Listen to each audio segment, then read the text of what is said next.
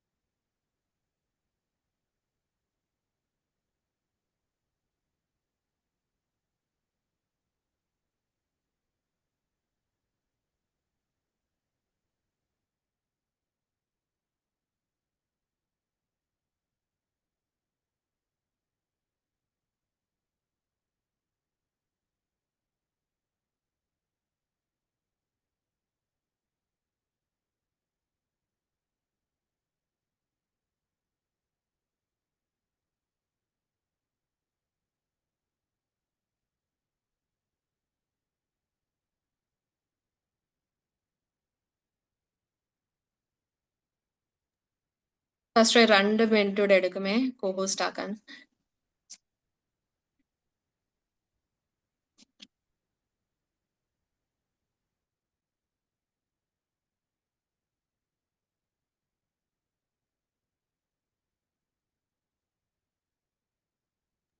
പാസ്റ്ററെങ്കിലെ co-host ആക്കി. Okay okay thank you. Sorry. ഒരുമിച്ച് കർത്താവിന്റെ വചനം നമുക്ക് ധ്യാനിക്കാനായിട്ട് ദൈവം നമുക്ക് ഭാഗ്യത്തെ തന്നോർത്ത് ഞാൻ ദൈവത്തെ സ്തുതിക്കുന്നു. एक साथ मिलकर परमेश्वर का वचन मनन करने के लिए प्रभु ने दिया हुआ अवसर के लिए मैं प्रभु को धन्यवाद करना चाहता हूँ. നമ്മൾ ഓൾമോസ്റ്റ് ദാനിയേലിന്റെ പ്രവചനം ആ പുസ്തകത്തിൽ ഇമ്പോർട്ടൻ്റ് ആയിട്ടുള്ള ചില കാര്യങ്ങളൊക്കെ ചിന്തിക്കുവാനിടയായി. നമുക്ക് ഇങ്ങനെ ഒരു വലിയ ഒത്തിരി സമയം നമുക്ക് എടുക്കാൻ പറ്റത്തില്ല. അപ്പം ഇനി റെവലേഷനിൽ ഒരുപാട് കാര്യങ്ങളുണ്ട്. അപ്പോൾ അത് ദാനിയേലിലും കൂടെ നമുക്ക് ചേർത്ത് ഇന്നോട്ട് ദാനിയേലിന്റെ ക്ലാസ്സിൽ നമ്മൾ പ്രവേശിക്കുകയാണ്. हमने बहुत मुख्य चीजें जो दानियल की किताब में थे वो उनका मनन कर दिया. हम गहराई में नहीं जा रहे, लेकिन अभी जो है हम रेवलेशन का पुस्तक और डैनियल को कंबाइन करते हुए आज से स्टडी करेंगे. ഓക്കെ. നമ്മ ആദ്യം തന്നെ ചിന്തിച്ച ഒരു കാര്യമുണ്ട്. ഈ ദാനിയേലിന്റെ പുസ്തകവും ഈ വെളിപ്പാട് പുസ്തകവും തമ്മിലുള്ള ഒരു കമ്പാരിസൺ നമ്മൾ ചെയ്തിട്ടുണ്ടായിരുന്നു. दानियल का किताब और प्रकाशित वाक्य का पुस्तक, ये दोनों पुस्तक का कंपैरिजन हमने पिछले दिनों में देखा. നമ്മൾ പറഞ്ഞായിരുന്നു ദാനിയേൽ പ്രവചനം പുരാണ അല്ലെങ്കിൽ പഴയ നിയമത്തിലെ 27ാമത്തെ പുസ്തകമാണ്. അതുപോലെ തന്നെ വെളിപ്പാട് പുസ്തകം പുതിയ നിയമത്തിലെ 27ാമത്തെ പുസ്തകം. दानियल का किताब पुराने नियम में 27वां पुस्तक है और नए नियम में प्रकाशित वाक्य भी उसी गिनती में आता है. 27वां पुस्तक है नए नियम का. രണ്ടുപേരും വെളിപ്പാടുകൾ പ്രവചന ആണ് തങ്ങളുടെ പുസ്തകത്തിന്റെ അകത്ത് നമുക്ക് തന്നിരിക്കുന്നത്. और दोनों लेखकों ने उनके पुस्तक में भविष्यवाणियां दी है. അപ്പോകാലിപ്റ്റിക് എസ്കറ്റോളജിക്കൽ ആയിട്ടുള്ള പ്രവചനങ്ങളാണ് നാം ഈ രണ്ട് പുസ്തകത്തിലും കാണുന്നത്. और एस्केटोलॉजिकल भविष्यवाणियां मतलब आगे होने वाली बातें जो है बताया है. ഓക്കെ. ഇവര് രണ്ടുപേരും ദാനിയേല് ബാബിലോൺ ഉള്ള ആ ഒരു എക്സൈലിലാണ്. പക്ഷെ നമ്മുടെ യൂഹന്നാൻ പത്മോസ് എന്ന ആ എക്സൈലിൽ ഇരുന്നുകൊണ്ടാണ് ഈ പുസ്തകങ്ങൾ എഴുതുന്നത്. दानियल जो है बाबुल के देश में से दानियल का पुस्तक लिखा और यूहन्ना प्रकाशित वाक्य पद्मोस के टापू में से लिखा गया है. ഓക്കെ, രണ്ടുപേരും എക്സലിന്റെ സമയത്താണ് ഈ പുസ്തകം ഈ തങ്ങളുടെ വെളിപ്പാടുകൾ വെളിപ്പെടുത്തി തരുന്നത്, दोनों കാണുന്നത്. भी लेखक जब गुलामी में थे उस वक्त जो है ये पुस्तकें लिखा है। ദാനിയേല് ദൈവത്തിന്റെ പ്രിയ പുരുഷനായ ഒരു മനുഷ്യനായി പഴയ നിയമത്തിൽ കാണുമ്പോൾ യേശുവിന്റെ പ്രിയ ശിഷ്യനായിരിക്കുന്ന യോഹന്നാനെ പറ്റി നമുക്ക് കാണാൻ കഴിയുന്നുണ്ട്. दानियल और यूहन्ना दोनों भी परमेश्वर के प्रिय पुरुष थे। ഓക്കെ, ഹിസ്റ്ററി അല്ലെങ്കിൽ ദേവദാസന്മാരുടെ അഭിപ്രായത്തിൽ ദാനിയേല് ഈ വെളിപ്പാടുകൾ പ്രവചനങ്ങൾ എഴുതുന്ന അവസാന സമയങ്ങളിൽ ഒരു 92 വയസ്സ് പ്രായമുള്ള ഒരു വയോധികനാണ്. दानियल वो पुस्तक लिखते वक्त करीब 92 उम्र के थे। അതുപോലെ തന്നെ യോഹന്നാനും ഈ വെളിപ്പാട് പുസ്തകം എഴുതുന്ന സമയത്ത് 90 കാലഘട്ടത്തിലാണ് താനും ഈ പുസ്തകം എഴുതുന്നത്. और उसी समय यूहन्ना भी प्रकाशित वाक्य लिखते वक्त 90 उम्र के, करीब 90 उम्र के थे। ശുശ്രൂഷകളുടെ വളരെ അതിശക്തമായ പരിചയങ്ങളും വെളിപ്പാടുകളെ മനസ്സിലാക്കാനും ആത്മാവിന്റെ നിയന്ത്രണത്തിൽ മിനിസ്ട്രി അല്ലെങ്കിൽ എഴുത്തുകൾ ഒക്കെ എഴുതാൻ അറിവുള്ള മെച്യൂരിറ്റിയുള്ള സമയങ്ങളെ നമുക്ക് കാണാൻ കഴിയുന്നുണ്ട് രണ്ടുപേരുടെയും എഴുത്തുകൾ. दोनों लेखकों आत्मा में ज्ञानी थे और आत्मा में नियंत्रित होकर जो है दोनों पुस्तकें लिखी गई थी। നമുക്ക് ഈ വെളിപ്പാട് പുസ്തകത്തിലെ ഒരു ചെറിയൊരു ഇൻട്രഡക്ഷൻ പാർട്ട് നമുക്ക് ആദ്യമായി നോക്കാം. प्रकाशित वाक्य का हम छोटा सा इंट्रोडक्शन देखेंगे. ഇതിന്റെ അകത്ത് ഓതർഷിപ്പ് യോഹന്നാൻ തന്നെയാണോ ഈ പുസ്തകം എഴുതിയത്? പല ക്രിട്ടിക്സ് ആയിരിക്കുന്നവര് ഇത് യോഹന്നാൻ അല്ല എന്നും പറയുന്ന അഭിപ്രായങ്ങളുണ്ട്. അപ്പം ഇത് യോഹന്നാനാണോ എന്ന് നമുക്ക് അറിയേണ്ടതായിട്ടിരിക്കും. और प्रकाशित वाक्य यूहन्ना ने लिखा है या कोई और लेखक ने लिखा है, इस विषय में हमें जानना जरूरी है. कई लोग ऐसे भी है जो ये विचार करते हैं कि यूहन्ना ने नहीं लिखा है. ഓക്കെ, അപ്പൊ ഈ പുസ്തകത്തിന്റെ അകത്ത് തന്നെ അതിനുള്ള വ്യക്തമായിട്ടുള്ള മറുപടി ഉണ്ട്, ഉത്തരമുണ്ട്. 1-ാം അധ്യായത്തിന്റെ 1-2 വാക്യം ഒന്ന് വായിച്ചായിട്ട് 1-ാം അധ്യായത്തിന്റെ 1-2 വാക്യത്തിൽ നമ്മൾ വായിക്കുന്നത്, उसके पहले अध्याय का पहला और दूसरा वचन में इस बात को स्पष्ट रीति से लिखा है कि प्रकाशित वाक्य किसने लिखा है? यीशु मसीह का प्रकाशित वाक्य, जो उसे परमेश्वर ने इसलिए दिया कि अपने दासों को वे बातें जिनका शीघ्र होना आवश्यक है दिखाए, और उसने अपने स्वर्गदूत को भेजकर उसके दूसरे अपने दास यूहन्ना को बताया. കണ്ടോ, തന്റെ ദാസനായ യോഹന്നാന് പ്രകാശിപ്പിച്ചു എന്നുള്ള യോഹന്നാൻ എന്നുള്ള ആ വാക്ക് നമുക്ക് അവിടെ കാണുന്നു. और यहाँ पर स्पष्ट रीति से लिखा है कि ये सारी बातें परमेश्वर ने, यीशु मसीह ने जो अपने दास यूहन्ना को बताया है. ഓക്കെ, 2-ാമത്തെ വാക്യത്തിന്റെ അകത്ത് പറയുന്നു, അവൻ ദൈവത്തിന്റെ വചനവും യേശുക്രിസ്തുവിന്റെ സാക്ഷ്യവുമായി താൻ കണ്ടത് ഒക്കെയും സാക്ഷീകരിച്ചു. അവിടെ അവൻ താൻ ആ യോഹന്നാനെ പറ്റി തന്നെ അവിടെ നമുക്ക് കാണാൻ കഴിയുന്നു. दूसरा वचन में ये स्पष्ट होता है कि वचन इस समान कहता है, जिसने परमेश्वर के वचन और यीशु मसीह का गवाही, अर्थात जो कुछ उसने देखा था उसकी गवाही दी. किसने दी? ये यूहन्ना के विषय में बात कर रहे हैं. അതിന്റെ 4-ാമത്തെ വാക്യത്തിന്റെ അകത്ത് യോഹന്നാൻ ആസയിലെ 7 സഭകൾക്ക് എഴുതുന്നത്, ആ വാക്യത്തിന്റെ അകത്ത് യോഹന്നാൻ ആണ് ഈ ലേഖകൻ എന്ന് വെളിപ്പെടുത്തുകയാണ്. चौथा वाक्य में लिखा है यूहन्ना की ओर से आसिया की 7 कलीसिया के नाम.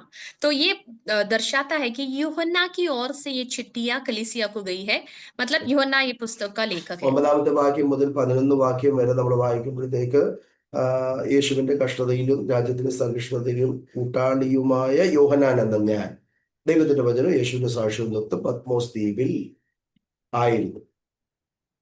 और 9 से लेके 11 वचन में भी स्पष्ट करते हैं कि मैं यूहन्ना जो तुम्हारा भाई और यीशु के क्लेश और राज्य धीरज में तुम्हारा सहभागी हूँ, परमेश्वर के वचन और यीशु की गवाही के कारण. वो ही गवाही दे रहा है ये पुस्तक जो पत्मोस नामक टापू में था. അപ്പം എന്നിട്ട് ലാസ്റ്റ് വാക്യവും നമ്മൾ വായിക്കുമ്പോൾ ലാസ്റ്റ് അധ്യായത്തിലേക്ക് നമ്മൾ വരുമ്പോൾ അതിന്റെ 8-ാമത്തെ വാക്യത്തിനകത്ത് ഇത് കേൾക്കുകയും കാണുകയും ചെയ്തത് യോഹന്നാൻ എന്ന് ഞാൻ തന്നെ, കേട്ടോ. അവിടെയും താൻ അത് വ്യക്തമാക്കുകയാണ്. ഇതാര് കണ്ടു, ഇതാരെഴുതി, ഇതെങ്ങനെ പ്രാപിച്ചു, ഇതാര് തന്നു, എല്ലാം ഈ വാക്യങ്ങളിൻ്റെ അകത്ത് നമുക്ക് കാണാൻ കഴിയുന്നുണ്ട്. और प्रकाशित वाक्य का आखिरी जो अध्याय 22 उसका 8 में लिखा है, मैं वही यूहन्ना हूँ जो ये बातें सुनता और देखता था। इससे भी स्पष्ट होता है कि लेखक कौन है। देखो, അപ്പം ഈ പുസ്തകങ്ങളുടെ ലേഖകൻ യോഹന്നാനാണെന്ന് നമുക്ക് മനസ്സിലായി. യോഹന്നാൻ യേശുവിൻ്റെ ശിഷ്യന്മാരിലെ ഏറ്റവും യേശു സ്നേഹിച്ച തൻ്റെ ശിഷ്യനായ യോഹന്നാൻ അപ്പോസ്തലനാണ് ഈ പുസ്തകം എഴുതിയത്. इस सब से ये साबित होता है कि ये पुस्तक का लेखक जो है यूहन्ना है। यूहन्ना यीशु मसीह का एक चेला था और यीशु मसीह जो है उसे बहुत प्रेम करते थे। ഈ യോഹന്നാന്റെ പുസ്തകങ്ങളെ നമ്മൾ കാണുമ്പോൾ പുതിയ നിയമത്തിന്റെ മെയിൻ ഓതർഷിപ്പില് യോഹന്നാനാണ് സ്ഥാനം. नए नियम में मेन लेखक का जो ऑथरशिप है उसमें यूहन्ना को जो है एक मुख्य स्थान है। നമുക്ക് പൗലോസ് 14 ലേഖനങ്ങൾ എഴുതിയിട്ടുണ്ട്, കൂടുതൽ ലേഖനങ്ങൾ എഴുതിയിട്ടുണ്ട്. പക്ഷേ ഒരു main author of the new testament അത് യൂഹന്നാനാണ്. पौलुस ने जो है सबसे ज्यादा पत्री लिखा है, 14 पत्री लिखा है, लेकिन मेन ऑथर नए नियम का कौन है पूछेगा तो उसका स्थान जो है यूहन्ना का जाता है। കാരണം ഈ പുതിയ നിയമത്തിന്റെ 3 വിഭാജനങ്ങളെയും നമ്മൾ എടുക്കുമ്പോൾ ഹിസ്റ്ററിയുടെ പാട്ട് നമ്മൾ നോക്കിയാലും ലേഖനങ്ങളുടെ പാട്ട് നമ്മൾ നോക്കിയാലും പ്രവചന പാട്ട് നമ്മൾ നോക്കിയാലും ആ 3 ഭാഗങ്ങളിലും യോഹന്നാൻ അപ്പോസ്തലന്റെ സ്ഥാനം, എഴുത്തുകൾ, പുസ്തകം നമുക്ക് കാണാൻ കഴിയും. वो इसलिए क्योंकि अगर नए नियम को 3 भागों में देखा जाए, इतिहास, पत्री और भविष्यवाणी, इन सब में जो है यूहन्ना जो है पत्रियों में लिखा है, यूहन्ना ने उसे लिखा है, ये तीनों को इंक्लूड किया, इसलिए उन्हें जो है मेन ऑथरशिप के स्थान में जाना जाता है। യേശുവിന്റെ ചരിത്രം എഴുതുമ്പോൾ യോഹന്നാന്റെ സുവിശേഷം വളരെ ശക്തമായ രീതിയിൽ ദൈവപുത്രനെ വെളിപ്പെടുത്തി തരികയാണ്. और यूहन्ना जब यूहन्ना का सुसमाचार लिखते हैं वहां पर यीशु मसीह के विषय में जो है बड़े सामर्थ्य से यीशु मसीह के विषय में प्रकट करते हैं कि परमेश्वर का पुत्र है, कि वह परमेश्वर का पुत्र है। ലേഖനങ്ങൾ നമ്മൾ വായിക്കും, 1, 2, 3 ലേഖനത്തിൽ ദൈവത്തിന്റെ ആ സ്നേഹത്തിന്റെ ആഴമായ വെളിപ്പാടുകൾ ലേഖനത്തിൽ കൂടെ സഭയ്ക്ക് നൽകുകയാണ്. और पत्रियों को अगर हम ध्यान से दें, यूहन्ना ने लिखा हुआ 1, 2, 3 पत्री जो है परमेश्वर के प्रेम, गहरे प्रेम के विषय में उन्होंने बताया है। പ്രവചന പുസ്തകമായ വെളിപ്പാടില് ദൈവപുത്രന്റെ ആ രാജ്യത്വം, വരാൻ പോകുന്ന സംഗതികളെ കുറിച്ചുള്ള വെളിപ്പാടുകൾ താന് ആ പുസ്തകത്തിൽ വർണ്ണിച്ചു കാണിച്ചിരിക്കുകയാണ്. और प्रकाशित वाक्य को अगर हम गौर से देखें तो परमेश्वर का पुत्र का राज्यत्व और आने वाले संभव के विषय में भी उन्होंने प्रकाशमन दिया है। 3 കാലഘട്ടത്തിലും എന്ന് പറഞ്ഞാൽ ഭൂതകാലം, വർത്തമാനകാലം, ഭാവികാലം. ഭൂതകാലത്തിൽ സുവിശേഷം, വർത്തമാനകാലത്തിൽ ലേഖനം, അല്ലെങ്കിൽ ഭാവി കാലത്തിലെ വെളിപ്പാട് പുസ്തകം. ഈ 3 യുഗങ്ങളിലും സമയങ്ങളിലും യോഹന്നാന്റെ ആ പുസ്തകങ്ങളിൽ കൂടെ ക്രിസ്തുയേശുവിന്റെ ആഴമായ വെളിപ്പാടുകൾ നമുക്ക് പഠിക്കാൻ കഴിയുന്നുണ്ട്.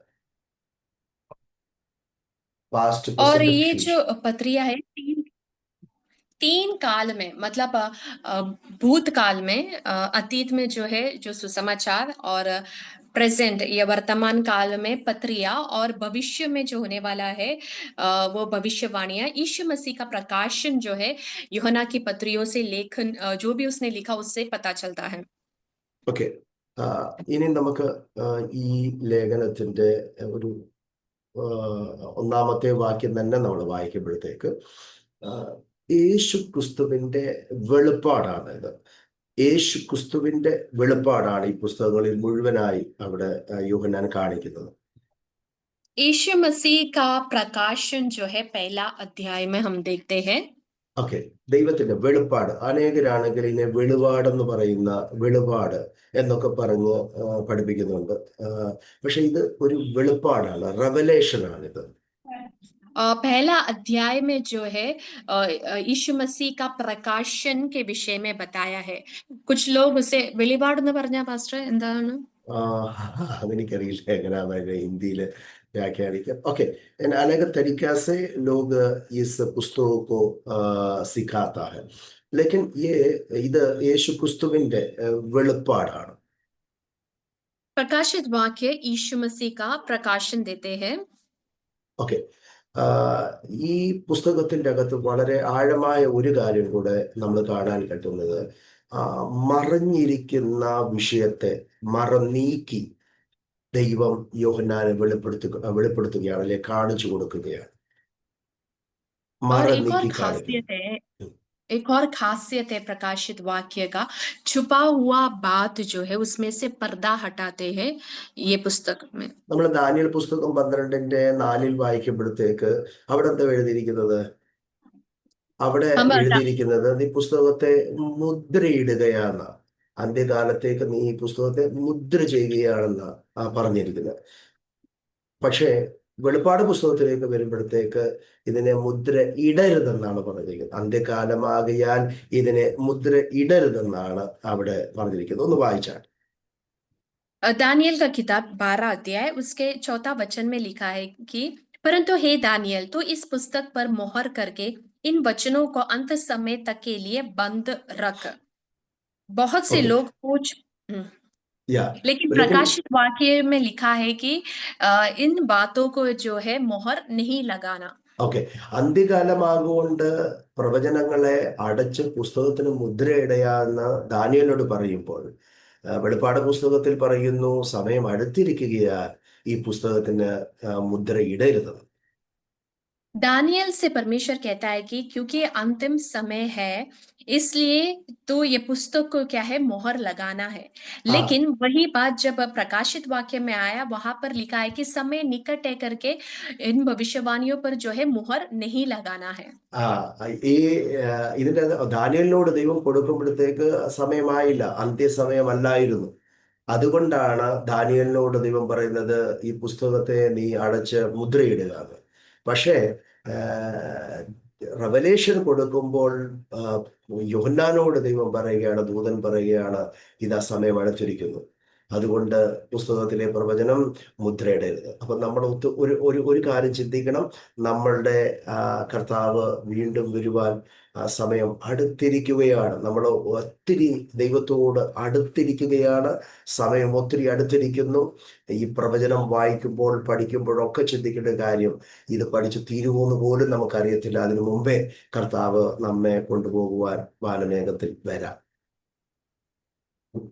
दानियल की पुस्तक में परमेश्वर दानियल को इसलिए कहता है कि मोहर नहीं लगाना क्योंकि अंतिम समय उस वक्त नहीं हुआ था, अंतिम काल नहीं हुआ था। इसके लिए स्वर्गदूत ने उसे कहा कि मोहर मत लगाना, मोहर डालना, मोहर करके रखना।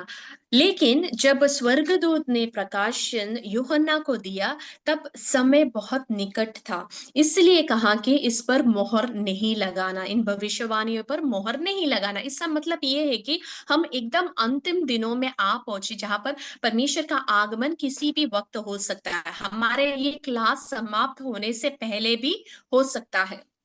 ആമേൻ. Praise the Lord. നമുക്ക് രണ്ടാമത് ഇതിന്റെ മെയിൻ മെസ്സേജ് ഓഫ് ദ ബുക്കിലേക്ക് കടന്നു പോകുക. ആദ്യം ആ ഇൻട്രഡക്ഷൻ വായിച്ച ശേഷം നമ്മൾ പുസ്തകത്തിന്റെ അകത്തൂടെ യാത്ര ചെയ്യാം. മെയിൻ മെസ്സേജ് ആയിരിക്കും ഈ പുസ്തകത്തിന്റെ മെയിൻ മെസ്സേജ് എന്താണെന്ന് ആദ്യം നമുക്ക് കാണാം. हम सबसे पहले देखेंगे प्रकाशित वाक्य का मुख्य संदेश क्या है। അതിന് ഞാനൊരു 3 റെഫറൻസ് ഈ പുസ്തകത്തിന്റെ അകത്തുനിന്ന് എടുത്തിട്ടുണ്ട്. ആ 3 റെഫറൻസ് നമ്മൾ വായിക്കുമ്പോൾ ഈ പുസ്തകത്തിന്റെ അകത്തെ മെയിൻ മെസ്സേജ് നമുക്ക് കിട്ടും. और ये बताने के लिए मैंने 3 रेफरेंस लिया है, वो तीनों ये दर्शाता है कि ये पुस्तक का वो मुख्य संदेश है। 19-ാം അധ്യായത്തിന്റെ 6ഉം 7ഉം നമ്മൾ വായിക്കുമ്പോൾ, അപ്പോൾ വലിയ പുരുഷാരത്തിന്റെ ഘോഷം പോലെയും പെരുവെള്ളത്തിന്റെ ഇരച്ചിൽ പോലെയും തകർത്ത ഇടിമുഴക്കം പോലെ ഞാൻ കേട്ടത്. ഹല്ലേലൂയ. സർവശക്തിമുള്ള നമ്മുടെ ദൈവമായ കർത്താവ് രാജ്യത്വം ഏറ്റെടുത്തിരിക്കുന്നു. നാം സന്തോഷിച്ച് ഉല്ലസിച്ച് അവന് മഹത്വം കൊടുക്കുക. കുഞ്ഞാടിന്റെ കല്യാണം വന്നുവല്ലോ, അവന്റെ കാന്തിയും തന്നെത്താൻ ഒരുക്കിയിരിക്കുന്നു. सबसे पहला रेफरेंस है 19 वचन का 6 और 7, जहां पे लिखा, फिर मैंने बड़ी भीड़ का सा और बहुत जल का सा शब्द और गर्जन का सा बड़ा शब्द सुना। हालेलुया! क्योंकि प्रभु हमारा परमेश्वर सर्वशक्तिमान राज्य करता है। आओ हम आनंदित और मगन हो और उसकी स्तुति करें, क्योंकि मेमने का विवाह आ पहुंचा है और उसकी दुल्हन ने अपने आप को तैयार कर लिया है। ആമേൻ. രാജ്യത്വം കർത്താവ് ഏറ്റിരിക്കുന്നു. और परमेश्वर जो है राज्य करता है। ആമേൻ. ഒരു വിക്ടറി പ്രാപിച്ച വിജയാളിയായ നമ്മുടെ കർത്താവ് രാജ്യത്വം ഏറ്റെടുത്തിരിക്കുന്നു എന്നുള്ള വളരെ ശക്തമായ ഒരു ഘോഷമാണ് പെരുവെള്ളത്തിന്റെ ഇരച്ചിൽപ്പോടെ തകർത്ത ഇടിമുഴക്കം പോലെ കേട്ടത് യോഹന്നാൻ ഇവിടെ വർണ്ണിക്കുകയാണ്. यूहन्ना कहता है कि बड़ी जो भीड़ का सा स्वर से बहुत जल का शब्द से गर्जन हुआ। क्या हुआ कि हमारा परमेश्वर जो सर्वशक्तिमान है, उसने जो है राज्यत्व जो है अपना राज्यत्व ले लिया है। इस चीज ആമേൻ. का घोषणा कर रहा है। 11:15 പറയുന്നു, നമ്മുടെ കർത്താവിനും അവന്റെ ക്രിസ്തുവിനും എന്തുവാ, ലോകരാജ്യത്വം നമ്മുടെ കർത്താവിനും അവന്റെ ക്രിസ്തുവിനും ആയിത്തീർന്നിരിക്കുന്നു. അവൻ എന്നേക്കും വാഴുമെന്ന് സ്വർഗത്തിലൊരു മഹാഘോഷമുണ്ടായി. और 11 अध्याय का 15 वचन में लिखा है कि जब सातवें दूत ने तुरही फूकी तो स्वर्ग में से इस विषय में बड़े बड़े शब्द होने लगे, जगत का राज्य हमारे प्रभु का और उसके मसीह का हो गया और वो युगानुयुग राज्य करेगा। ഇതൊക്കെ 1:4-8 നമ്മൾ വരുമ്പോഴത്തേക്ക് ഇരിക്കുന്നവനും ഇരുന്നവനും വരുവാനുള്ളവനുമെങ്കിൽ നിന്ന് അവന്റെ സിംഹാസനത്തിന്റെ മുമ്പിലുള്ള 7 ആത്മാക്കളിൽ നിന്നും അവിടെ പറയുന്നു. 8-ാമത്തെ വാക്യത്തെ പറയുന്നു, ഞാൻ ആൽഫയും ഒമേഗയും ആകുന്നു എന്ന് ഇരിക്കുന്നവനും ഇരുന്നവനും വരുന്നവനുമായ സർവശക്തിയുള്ള ദൈവമായ കർത്താവ് അരുളി ചെയ്യുന്നു.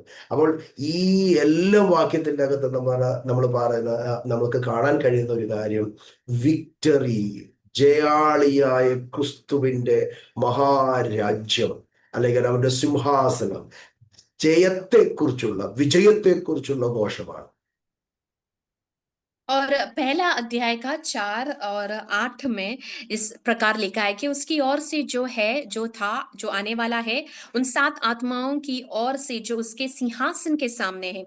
8वां वचन कहता है, प्रभु परमेश्वर जो है और जो था और जो आने वाला है, जो सर्वशक्तिमान है, ये कहता है, मैं ही अल्फा और ओमेगा हूं। ये तीनों रेफरेंस से ये साबित करता है कि यीशु मसीह का महाराज्य या फिर उनका सिंहासन आ रहा है। ആമേൻ, ആമേൻ. അപ്പോൾ നമ്മുടെ കർത്താവ് സകലത്തെയും ജയിച്ച് അവൻ ജയാളിയായി അവന്റെ സിംഹാസനത്തിൽ ലോകരാജ്യത്തെ അല്ലെങ്കിൽ സകലത്തെയും ഭരിക്കുന്ന ഭരണകർത്താവായി ജയാളിയായ കർത്താവ് എന്നുള്ള ഘോഷണമാണ്. പറഞ്ഞു, കേൾക്കാമോ? ओके, इसमें हम यही देख रहा है कि हमारे प्रभु यीशु मसीह हर अवस्था को जीत लिया और जीत कर वो सिंहासन में विराजमान है. उसकी जय का घोषणा और विक्टरी हम इस पुस्तक में देखता है. तो ये पुस्तक का मेन संदेश जय पाया हुआ प्रभु यीशु मसीह की പ്രകാശനം. तो നമ്മുടെ കർത്താവ് ജയാളി ആയതുകൊണ്ട് നാമും ജയാളിയാകണമെന്നാണ് ഈ പുസ്തകം നമ്മെ പഠിപ്പിക്കുന്നത്. അതുകൊണ്ടാണ് അടുത്ത വാക്യത്തിലേക്ക് നമ്മൾ വരുമ്പോഴത്തേക്ക് देखो ये पुस्तक के अंदर से और भी कुछ बात परमेश्वर की आत्मा हमें सिखाता है कि हमारा परमेश्वर प्रभु यीशु जय पाया है। ओके, वो सबके ऊपर जय पाया, सारे महिमा और सिंहासन पर विराजमान है।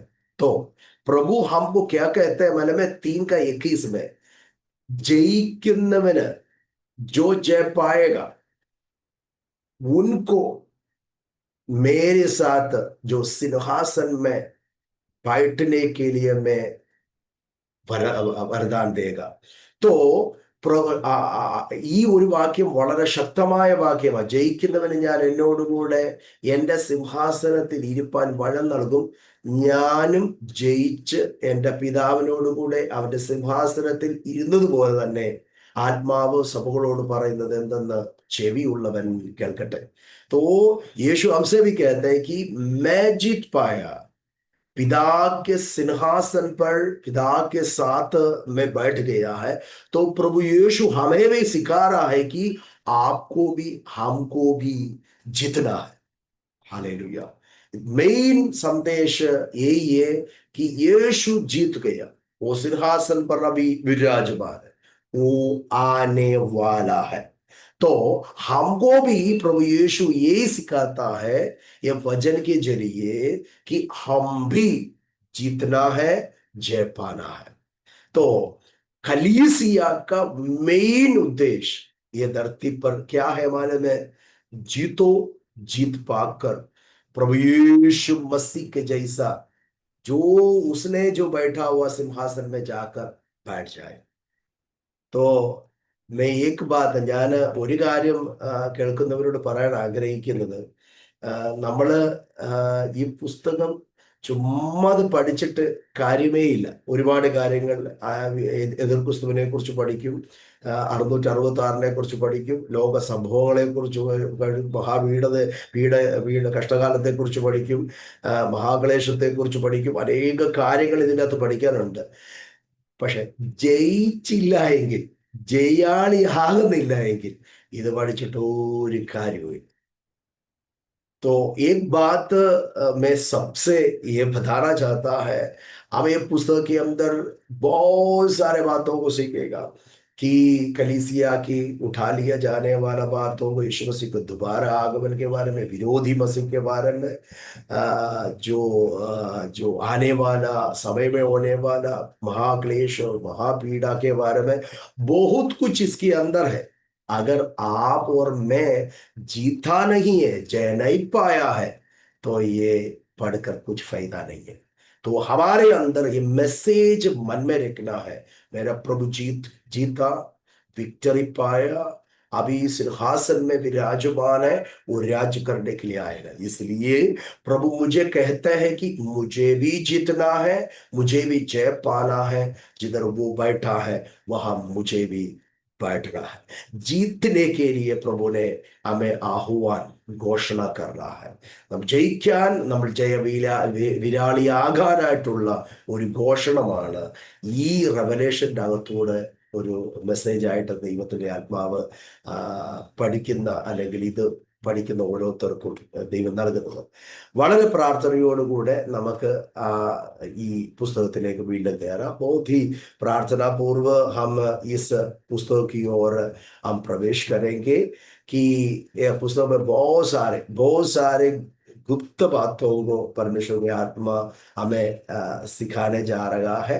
तो ये बात बिल्कुल भूलना नहीं. तीसरा अध्याय की 21 बात, മൂന്നാം അധ്യായത്തിന്റെ 21 വാക്യം ഒരിക്കലും മറന്നു പോകരുത്. ഞാൻ ജയിച്ചു എൻ്റെ പിതാവിനോടുകൂടെ അവന്റെ സിംഹാസനത്തിൽ ഇരിക്കുന്നത് പോലെ തന്നെ ജയിക്കുന്നവന് ഞാൻ എന്നോടുകൂടെ എൻ്റെ സിംഹാസനത്തിൽ ഇരിപ്പാൻ वरन നൽകും. मैं भी जीत कर मेरे पिता के साथ सिंहासन में जो बैठा है वैसा जीत पाने वालों को मैं भी मेरे सिंहासन के साथ बैठने का अधिकार दूंगा. ये बात हमेशा हमारे मन में रखते हुए हम इस क्लास में आगे की ओर बढ़ते जाना है. तो ये पुस्तक का कुछ स्पेशलिटी को हम सीखने जा रहा है. അനേക വിശേഷതകൾ ഈ പുസ്തകത്തിൻ്റെ അകത്ത് നമുക്ക് കാണുന്നുണ്ട്. ഈ പുസ്തകത്തിൻ്റെ അകത്ത് ഒരു വിശേഷത ഇതാണ്, ഈ പുസ്തകം ത്തിൻ്റെ അകത്ത് ഒരുപാട് അടയാളങ്ങൾ അല്ലെ ചിഹ്നങ്ങൾ സിംബൽസ് ആണ് നമുക്ക് കാണാൻ കഴിയുന്നത്. ये पुस्तक का एक विशेषता को हम जब देखता है, बहुत सारे विशेषता है, एक ऐसा विशेषता हमको दिखाई देगा। ये पुस्तक के अंदर बहुत जो चिन्ह आपको दिखाई देगा, निशानी सिंबल्स आपको दिखाई देगा। तो मैं जब ये सिंबल्स के बारे में जब देख रहा था, ये पुस्तक का एक विशेषता है, आप देखेगा तो 7 मोहर को आपको दिखाई देगा, 7 क्या बोला आंखें दिखाई देगा, दिबट्ठे दिखाई देगा, तारा दिखाई देगा। इस प्रकार की बहुत सारे सिंबल्स आपको दिखाई देगा। तो ये क्यों ये पुस्तक के अंदर बहुत सारे ये चिन्ह जो സിംബൽസ് बताया गया है.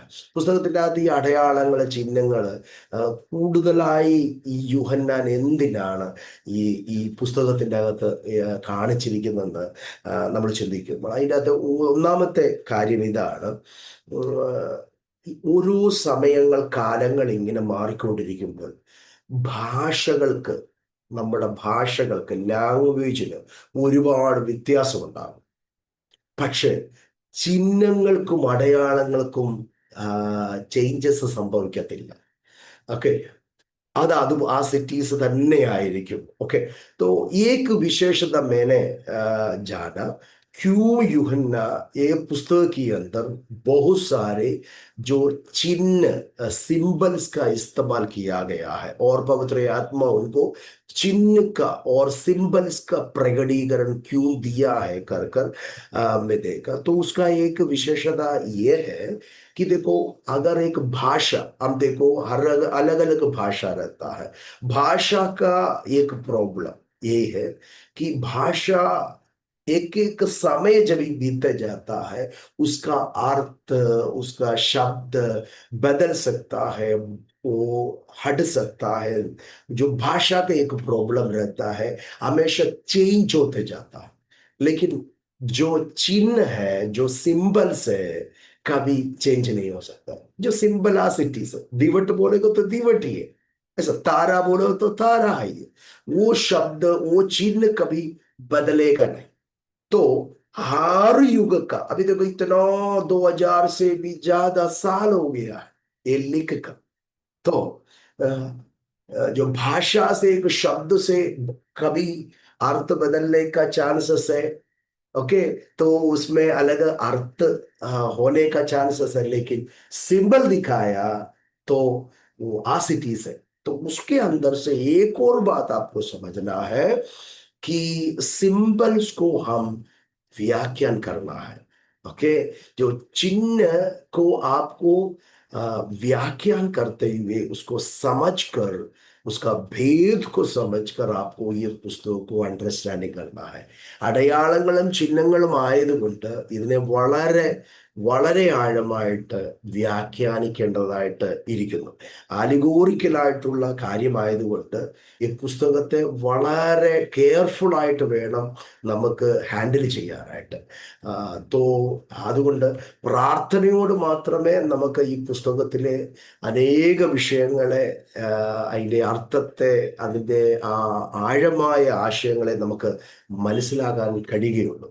सो इसके अंदर बहुत सारे जो चिन्ह दिया गया है, तो सिंबल्स दिया गया है। इस कारण बहुत प्रार्थना पूर्व हमको इस पुस्तक को सीखना है, समझना है। अदरवाइज गलत भी हो सकता है, झूठा व्याख्यान हो सकेगा। तो इसके लिए बड़ी प्रार्थना के साथ सही व्याख्यान को हमको करना है, सही अर्थों को हमको समझना बहुत ही जरूरी है। दूसरा एक खासियत यह पुस्तक का है, स्पेशलिटी में अब जाएगा तो इस पुस्तक के अंदर बहुत सारे प्रोमिसेस दिया गया है, वादा और प्रतिज्ञा दिया गया है. ഈ പുസ്തകത്തിന്റെ അകത്ത് രണ്ടാമത്തെ ഒരു വിശേഷത നമ്മൾ കണ്ടു കഴിഞ്ഞാൽ ഒരുപാട് വാഗ്ദാനങ്ങൾ, വാഗ്ദത്തങ്ങൾ നമുക്ക് കാണാൻ കഴിയുന്നുണ്ട്. ഒരുപാട് വാഗ്ദത്തങ്ങൾ. തോ ദൈവ ജയിക്കുന്നവർക്ക് ലഭിക്കാൻ പോകുന്ന അനേക വാഗ്ദത്തങ്ങൾ. അനേക അനുഗ്രഹങ്ങൾ നമുക്ക് ഈ പുസ്തകത്തിൻ്റെ അകത്ത് കാണാൻ കഴിയും. ഒരുപാട് വിഷയങ്ങൾ ഈ പുസ്തകത്തിൻ്റെ അകത്ത് ഉണ്ട്. അപ്പം നമ്മൾ ജയിക്കുന്ന കാര്യങ്ങളെക്കുറിച്ച് നമ്മൾ പഠിക്കുമ്പോഴത്തേക്ക് ഓരോ സഭകൾക്കും എഴുതുമ്പോൾ, 7 സഭകൾക്കും എഴുതുമ്പോൾ ആ സഭകളോടൊക്കെ പറയുന്ന ഒരു കാര്യമുണ്ട്: ജയിക്കുന്നവന് ഞാൻ इन्न इन्न കാര്യങ്ങൾ തരും. तो दूसरा बातों को मैंने बोला, बहुत सारे वादा और प्रतिज्ञाएं ये पुस्तक के अंदर दिया गया है। जो जीत पाएगा तो उनको मैं ये सब कुछ दूंगा कर कर एक पुस्तक हमें सिखाता है। बहुत सारे प्रोमिसेस हमें देने वाला एक पुस्तक है, प्रकाशित पुस्तक। तो हर जो 7 कलीसिया को जो आसिया में है, एक एक कलीसिया को जब भी मैसेज संदेश देने के समय में उनको एक प्रोमिस देते हैं, तुम जो जीत पाएगा तो मैं फलाना आशीषों को, तुमको वरदान को तुम्हें दूंगा कर कर हम देख सकता है। तो ये एक बात स्पेशलिटी में हम देख सकता है। अभी हम जब ये पुस्तक पढ़ता है 18 शताब्दी तक, जब भी हम ये पुस्तक लिखा, जो प्रारंभिक कलीसिया जो एयरली चर्च कहते हैं, उन्हीं के समय के बावजूद 18 शताब्दी तक काफी लोग ये पुस्तकों को नहीं पढ़ता था. 18ാം നൂറ്റാണ്ട് വരെയും അധികം ആരും ഈ പുസ്തകത്തെ പഠിക്കാൻ ആഗ്രഹം പ്രകടിപ്പിച്ചില്ല. അതിന്റെ ഒന്നാമത്തെ കാര്യം, വ്യാഖ്യാനിക്കാനുള്ള കുറവുകൾ മൂലം ഈ പുസ്തകത്തിന്റെ അകത്തെ ഭയപ്പെടുത്തുന്നതും പേടിപ്പെടുത്തുന്നതുമായ ചില വിഷയങ്ങൾ, ഇതൊക്കെ കാരണമായിരുന്നു 18ാം നൂറ്റാണ്ട് വരെ അധികമാരും ഈ പുസ്തകം, അത് തന്നെയല്ല, റെയറായിട്ടായിരുന്നു പുസ്തകങ്ങളുടെ കിട്ടിക്കൊണ്ടിരുന്നത്, ബൈബിളിന്റെ കിട്ടിക്കൊണ്ടിരുന്നത്. അപ്പോൾ തന്നെ പുസ്തകം മനസ്സിലാകാത്ത ഒരു അനുഭവം, അതിൽ എഴുതിയിരിക്കുന്നത് മനസ്സിലാക്കാത്ത ഒരു സംഗതി മുഖാന്തരം 18ാം നൂറ്റാണ്ടത്തോളം ഈ പുസ്തകം അധികം ആരും പഠിച്ചിരുന്നില്ല എന്നാണ് പറയപ്പെടുന്നത്. 18 शताब्दी तक जो लोग इस पुस्तकों को नहीं पढ़ता था, उसका कारण ये था, इसके अंदर की जो बातें हैं समझने में बहुत मुश्किल था, व्याख्यान करने में, उसको अर्थ समझने में बहुत सारे मुश्किल होने के कारण वो लोग इस पुस्तकों को पढ़ता नहीं था. तो Sushwanto?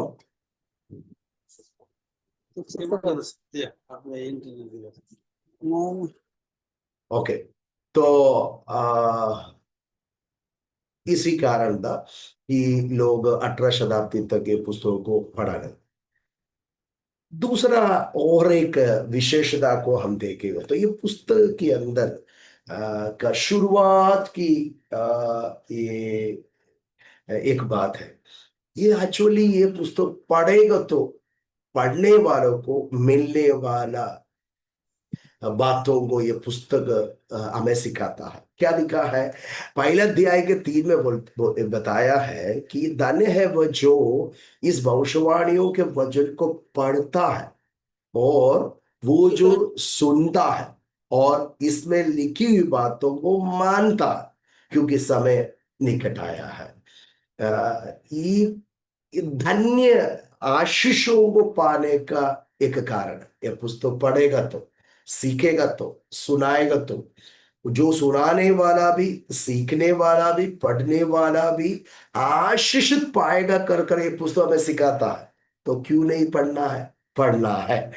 तो ഈ പുസ്തകത്തിന്റെ അകത്തെ ആദ്യം തന്നെ പറയുന്ന കാര്യം, ഈ പ്രവചനത്തിലെ വാക്കുകൾ വായിച്ച് കേൾപ്പിക്കുന്നവനും കേൾക്കുന്നവനും എഴുതിയിരിക്കുന്നവരും പ്രമാണിക്കുന്നവരും ഭാഗ്യവാന്മാർ. ഭാഗ്യവാനാകാനായിട്ടുള്ള ഒരു കാര്യം ഈ പുസ്തകം നമുക്ക് ആദ്യം തന്നെ പറയുകയാണ്. അത് വായിച്ചു കഴിഞ്ഞാൽ, കേൾപ്പിച്ചു കഴിഞ്ഞാൽ, കേട്ട് കഴിഞ്ഞാൽ, പ്രമാണിച്ചു കഴിഞ്ഞാൽ ആ വ്യക്തി ഭാഗ്യവാനായി തീരും എന്നുള്ള ഒരു പ്രോമിസ് നമുക്ക് കാണാൻ കഴിയുന്നുണ്ട്. लेकिन ये पुस्तक का शुरू में वो बातों को बताया, इसकी आखिरी अध्याय में भी ये बातों को बताया गया. इधर बेशिक आने वाला है. ये पुस्तक की हर बातों को जो मानने वाला ധന്യ है. ഇതാ ഞാൻ വേഗത്തിൽ വരുന്നു. ഈ പുസ്തകത്തിലെ വചനം പ്രമാണിക്കുന്നവൻ ഭാഗ്യവാൻ എന്ന് പറഞ്ഞു. तो जो धन्य व्यक्ति कौन है, कर कर पहला अध्याय में शुरू किया और आखिरी अध्याय में भी बताया गया है. कौन है धन्य व्यक्ति? जो ये पुस्तक को सीखता है, पढ़ता है, मानता है. हालेलुया. के तो एक एक विशेषता आप ये पुस्तक का देख सकता है. പുസ്തകത്തിന്റെ അകത്തെ ഒരു പ്രത്യേകമായിട്ടുള്ള താല്പര്യം കേൾക്കുന്നവരും വായിക്കുന്നവരും അവർ ഭാഗ്യവാന്മാരാണ്.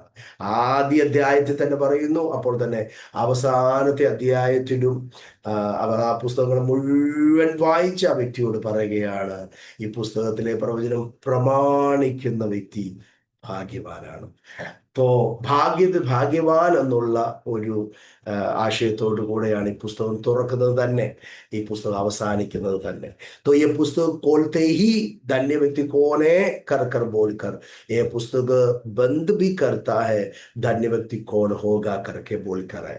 तो एक विशेषता आपको ये पुस्तक के अंदर से हम देख सकता है. तो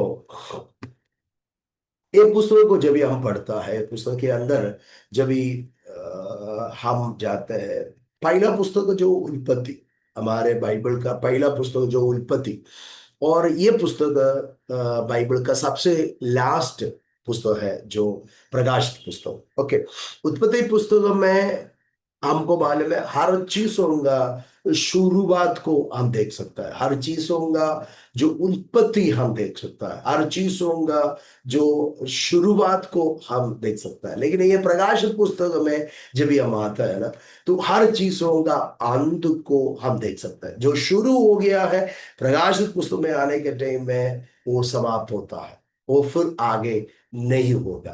तो ये क्या है कर कर भी हम थोड़ा सा देखने जा रहा है.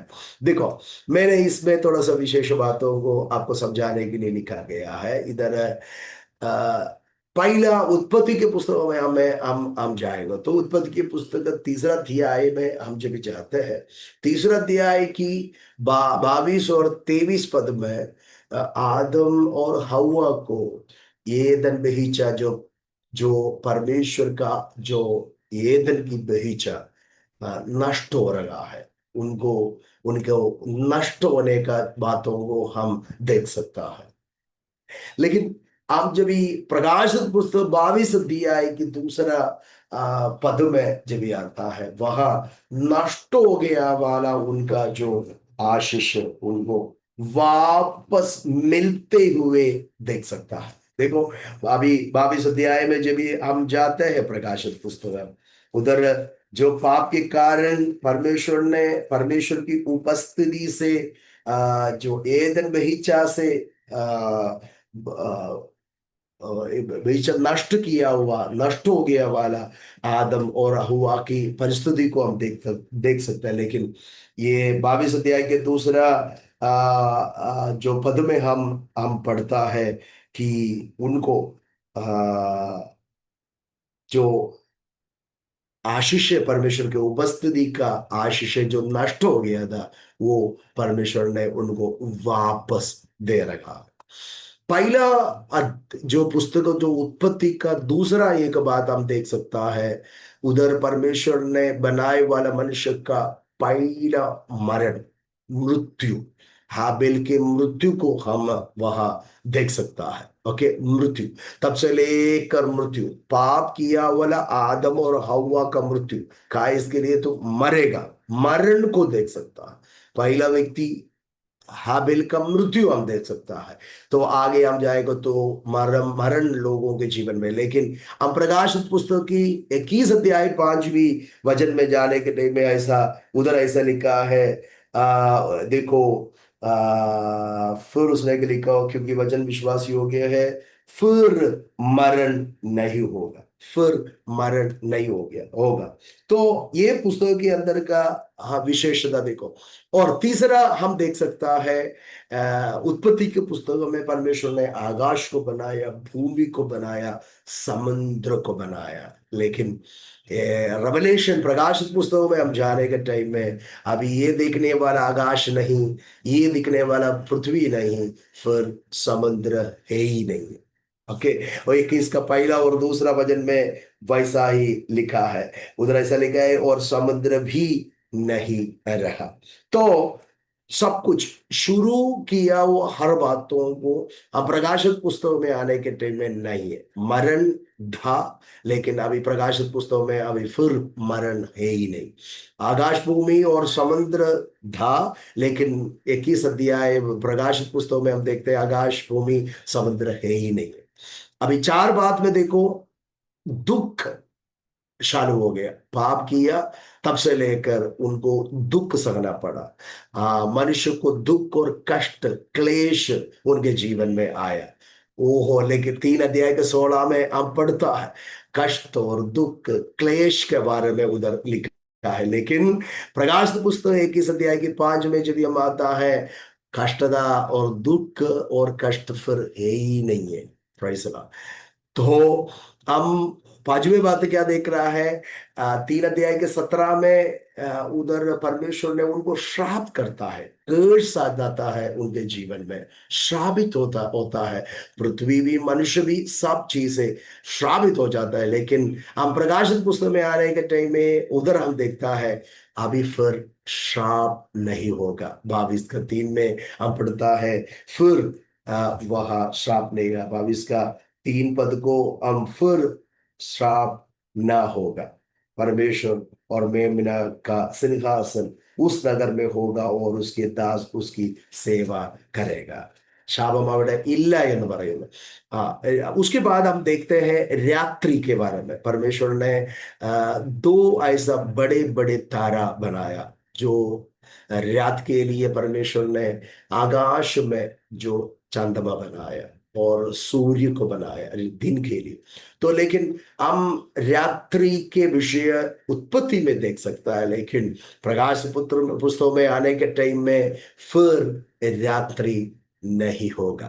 22 अध्याय की 5 में हम वही बातों को देख सकता है। तो 21 और 22 अध्याय में हम अनेक बातों को जो उत्पत्ति में था आपको यह नहीं मिलेगा। ഈ വെളിപ്പാട് പുസ്തകത്തിന്റെ ഒരു പ്രത്യേകതയെ കുറിച്ചാണ് ഞാൻ പറഞ്ഞത്. പറുദീസ നഷ്ടമാകുന്ന ആദാമും ഹവ്വായും, നഷ്ടമായവ ആ പറുദീസ പ്രകാശത്തിലെ വെളിപ്പാട് പുസ്തകത്തിലേക്ക് വരുമ്പോൾ പറുദീസയെ അവർക്ക് ലഭിക്കുകയാണ്. നഷ്ടപ്പെട്ട പറുദീസയെ ദൈവം തിരിച്ചു നൽകുന്ന ഒരു വെളിപ്പാട് നമ്മൾ കാണുന്നു. ഉൽപ്പത്തി പുസ്തകത്തിന്റെ അകത്ത് പാപത്തിന്റെ ശമ്പളമായിരിക്കുന്ന മരണം വരുന്നു. ആദ്യ മനുഷ്യനായ ഹാബേലി മരിക്കപ്പെടുന്നു. പക്ഷെ വെളിപ്പാട് പുസ്തകത്തിലേക്ക് വരുമ്പോൾ ഇനിയും മരണം ഇല്ല എന്നുള്ള ഒരു കൺസെപ്റ്റിലേക്ക് വരികയാണ്. നമ്മൾ മൂന്നാമത് ചിന്തിക്കുമ്പോൾ ആകാശവും ഭൂമിയും സമുദ്രവും ദൈവം ഉണ്ടാക്കുകയാണ്. പിന്നെ വെളിപ്പാട് പുസ്തകത്തിലേക്ക് വരുമ്പോഴത്തേക്ക് ആകാശവും ഭൂമിയും, ഈ കാണുന്ന ആകാശവും ഭൂമിയും മാറിപ്പോകുന്ന ഒരു പുതിയ ആകാശവും ഭൂമിയും, പിന്നെ സമുദ്രം ഹെയ്നെ, സമുദ്രമില്ല എന്ന് നമ്മൾ കാണുകയാണ്. 4-ാമത്തെ കാര്യം നമ്മൾ ചിന്തിക്കുന്ന 3:16 പാപം ചെയ്ത മനുഷ്യനോട് ദൈവം കഷ്ടതയും ദുഃഖവും വിയർപ്പോടെ വേദനയോടെ ജീവിക്കുന്ന, കഷ്ടതയിൽ ജീവിക്കുന്ന മനുഷ്യന്റെ അനുഭവത്തെക്കുറിച്ച് നമ്മൾ കാണുന്ന, കഷ്ടത തുടർമാനമായി കാണുന്നത്. പക്ഷേ വെളിപ്പാട് പുസ്തകത്തിലേക്ക് വരുമ്പോൾ അതിന്റെ അവസാനത്തെ 21-ാമത്തെ അധ്യായത്തിൽ പറയുന്നു പിന്നെ ദുഃഖമില്ല, കഷ്ടതയും ദുഃഖവും ഇല്ലാത്ത ഒരു അനുഭവത്തിലേക്ക് മനുഷ്യൻ മാറുകയാണ്, അവസ്ഥകൾ മാറുകയാണ്. ഉൽപ്പത്തി പുസ്തകത്തിൽ നമ്മൾ കാണുന്നത് പാപത്തിന്റെ ശമ്പളവും അപ്പോൾ ആ പാപത്താൽ വന്ന ശാപം, ഭൂമിക്കും മനുഷ്യനും വന്ന ശാപത്തെക്കുറിച്ച് 3:17 നമ്മൾ കാണുകയാണ്. അതിനാൽ ഭൂമി ശപിക്കപ്പെട്ടിരിക്കുന്നു. പക്ഷേ 22-ാം അധ്യായം വെളിപ്പാടിലേക്ക് നമ്മൾ വരുമ്പോഴത്തേക്ക് ഇനിയും ശാപം ഇല്ല എന്ന് പറയുകയാണ്. ശാപത്തെ നീക്കുന്ന ഒരു അനുഭവം. ഉൽപ്പത്തി പുസ്തകത്തിന്റെ അകത്ത് ദൈവം രാത്രിയും പകലും സൃഷ്ടിക്കുകയാണ്. പക്ഷേ വെളിപ്പാട് പുസ്തകത്തിൽ നമ്മൾ വരുമ്പോഴത്തേക്ക് ഇനിയും രാത്രി ഇല്ല. നമ്മുടെ കർത്താവ് അവർക്ക് പ്രകാശമാണ്. അപ്പോൾ ഈ ഈ വെളിപ്പാട് പുസ്തകത്തിന്റെ അകത്ത് ഒരുപാട് വിശേഷതകൾ, ഇനിയും ഒരുപാട് കാര്യങ്ങൾ നമുക്ക് ഈ പുസ്തകത്തിന്റെ അകത്തൂടെ കാണാൻ കഴിയും. പിശാചിന്റെ ആ ഉൽപ്പത്തി നമുക്ക്, അല്ലെങ്കിൽ പിശാചിന്റെ തന്ത്രം, പിശാചിന്റെ ശക്തിയെക്കുറിച്ചുള്ള നമുക്ക് ഉൽപ്പത്തി പുസ്തകത്തിന്റെ അകത്ത് കാണുന്നുണ്ട്. അവൻ മനുഷ്യനെ പരാജയപ്പെടുത്തി അവന്റെ മേൽ ആധിപത്യം സ്ഥാപിക്കുന്ന അനുഭവത്തെക്കുറിച്ച് കാണുമ്പോൾ, വെളിപ്പാട് പുസ്തകത്തിലേക്ക് നമ്മൾ വരുമ്പോൾ പിശാചിന്റെ തലയെ തകർക്കുന്ന, അവനെ എന്നേക്കുമായി നീക്കുന്ന ആ ഒരു അനുഭവത്തിലേക്ക് നമ്മൾ കാണുമ്പോൾ, ഈ ഉൽപ്പത്തി പുസ്തകത്തിന്റെ അകത്ത് പിശാചിന്റെ ഉൽപ്പത്തി, പിശാചിന്റെ ആ തന്ത്രം, ശക്തിയെക്കുറിച്ച് കാണിക്കുമ്പോൾ, വെളിപ്പാട് പുസ്തകം നമ്മളെ പഠിപ്പിക്കുന്ന ഒരു കാര്യമുണ്ട്.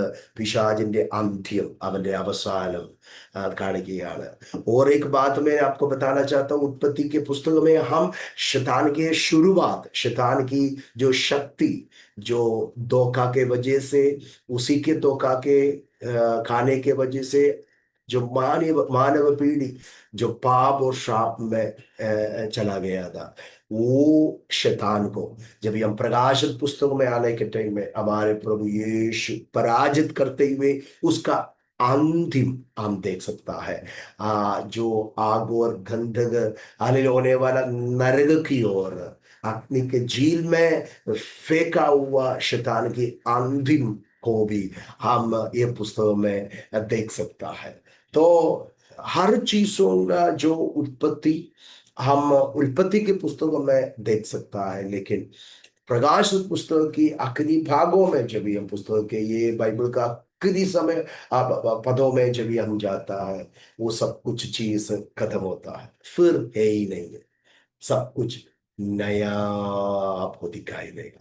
अभी देखो मैं सब कुछ नया बना रहा है, तो नया करने वाला एक अनुभव की ओर यहाँ ये पुस्तक हमें लेकर जाता है। तो शुरू से लेकर हम ये पुस्तक पढ़ेगा तो ये पुस्तक के अंदर बहुत सारे विशेषता हमको दिखाई देगा। एक और बातों को मैं आपके सामने रखना चाहता हूँ। ये पुस्तक के अंदर एक और विषय को आपके जानकारी के लिए मैं बताना चाहता हूँ।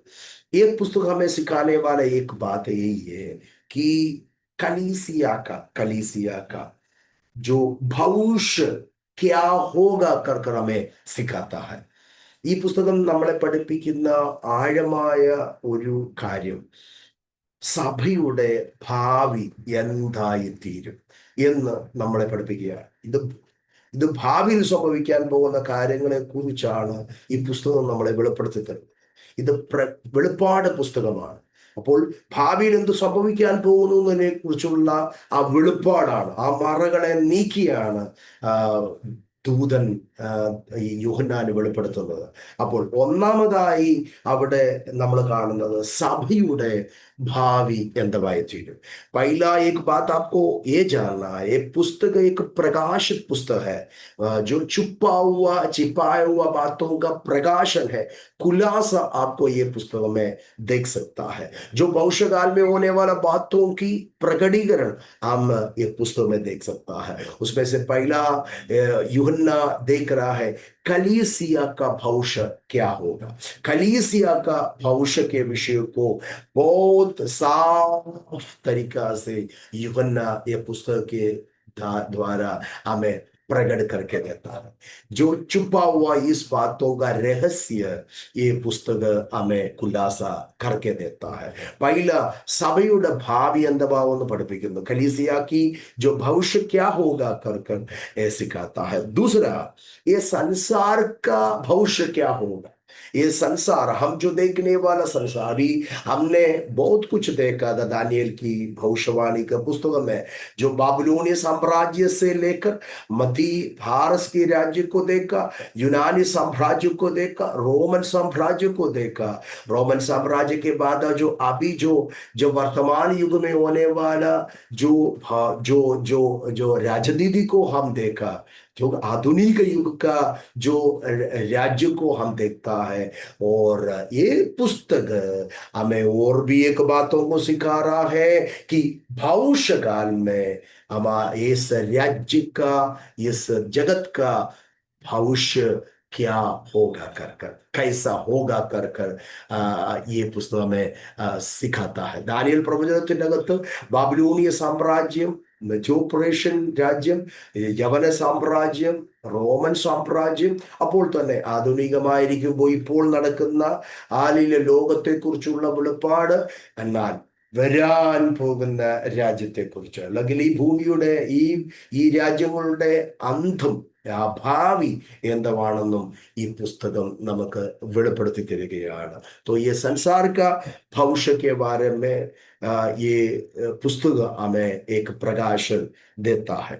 और एक बात और आपको समझाना था, हर व्यक्तियों का भविष्य क्या होगा, जो था, जो है, अभी जो यीशु के आने तक जो आने वाला है, जो मनुष्यों का, जो मनुष्य पृथ्वी में थे, था, जो होने वाला है, उन्हीं का भविष्य क्या होगा, ये प्रकाशन ये पुस्तक के जरिए हमको मिलता है. जो मर गया हुआ लोग मरकर मिटा नहीं है, और जो अभी जीवित है वो जीवित रहकर ऐसा ही रहेगा नहीं. जो आने वाला, अगर यीशु के आगमन देर है, तो अभी जन्म लेने वाला जो मनुष्य, हर व्यक्तियों का, व्यक्तिगत लोगों का भविष्य क्या होगा कर कर ये पुस्तक हमें സിക്കാത്ത है. ഹല്ലേലൂയ. മനുഷ്യരുടെ വ്യക്തികളുടെ ഭാവി എന്താകുമെന്ന് ഈ പുസ്തകം നമ്മളെ വളരെ ആഴമായി പഠിപ്പിക്കുന്നു. മരിച്ചുപോയ ഹല്ലേലൂയ മനുഷ്യൻ, അവർക്ക് എന്തോ സംഭവിക്കും, ഇപ്പോൾ ജീവനോട് ഇരിക്കുന്ന മനുഷ്യൻ എന്തോ സംഭവിക്കും, ഇനി യേശുവിന്റെ വരവ് താമസിക്കാൻ ജനിക്കാൻ പോകുന്നു. അപ്പോൾ വ്യക്തികളുടെ ഭാവി എന്താകുമെന്ന് ഈ പുസ്തകം നമ്മെ വളരെ ആഴമായി പഠിപ്പിക്കുന്നുണ്ട്. तो प्रकाशित पुस्तक ऐसा एक प्रकाशन का पुस्तक है, हर विषयों को, हर बातों को हमें साफ साफ सिखाती है.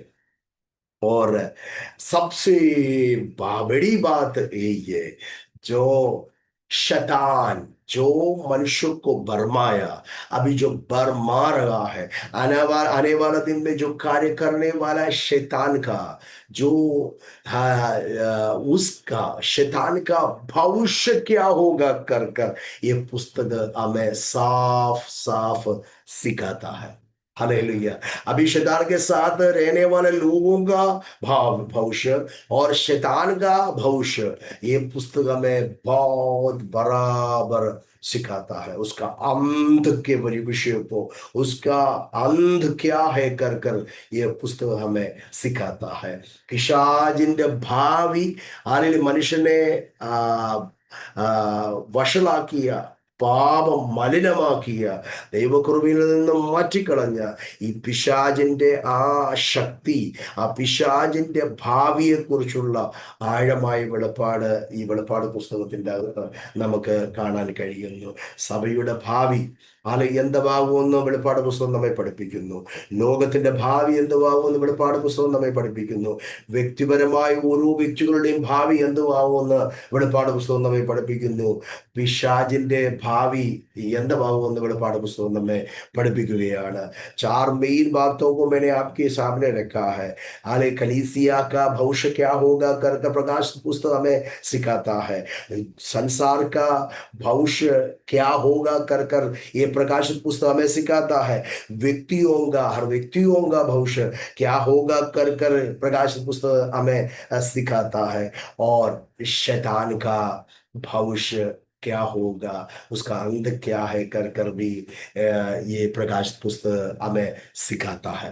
तो ये पुस्तक बहुत ही ब्यूटीफुल एक पुस्तक है, बहुत ही सुंदर एक पुस्तक है. लेकिन एक बात है, ये पुस्तक पढ़ने वाला आप और मैं, ये पुस्तक बहुत ही अच्छी तरह से सीखे कि आपके अंदर केवल एक इंफॉर्मेशन के लिए नहीं सीखना है, हमारे जीवन में हमारे प्रभु का कार्य जो दानियेल की पुस्तक में जो बोला, जो 99% बातों को पूरा हुआ, प्रकाशित पुस्तक में जो होने वाला बातों को हम अभी हमारे जीवन में देख रहा है, अभी होने वाला बातों को लिखा है, तो हम और भी प्रभु का करीब आए, और भी अपने आप को शुद्ध करें, पवित्र करे। उसके आगमन कभी भी हो सकता है कि मनुष्य के शुरू से लेकर मनुष्य के जीवन के अंत तक ये बाइबल हमें सिखाता है। मनुष्य की ये प्रपंच के शुरू से लेकर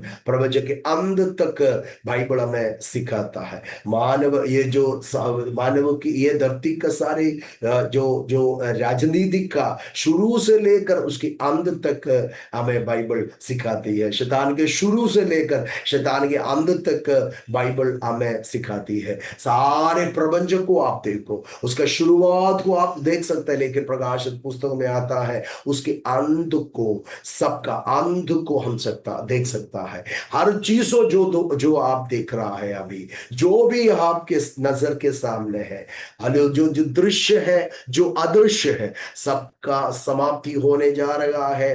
प्रभु यीशु अपने राज्य हाल स्थापन कर कर और अनंत काल के अनुभव के लिए कलीसिया को जब भी लेकर जाएगा, तभी सब कुछ नया बनाएगा।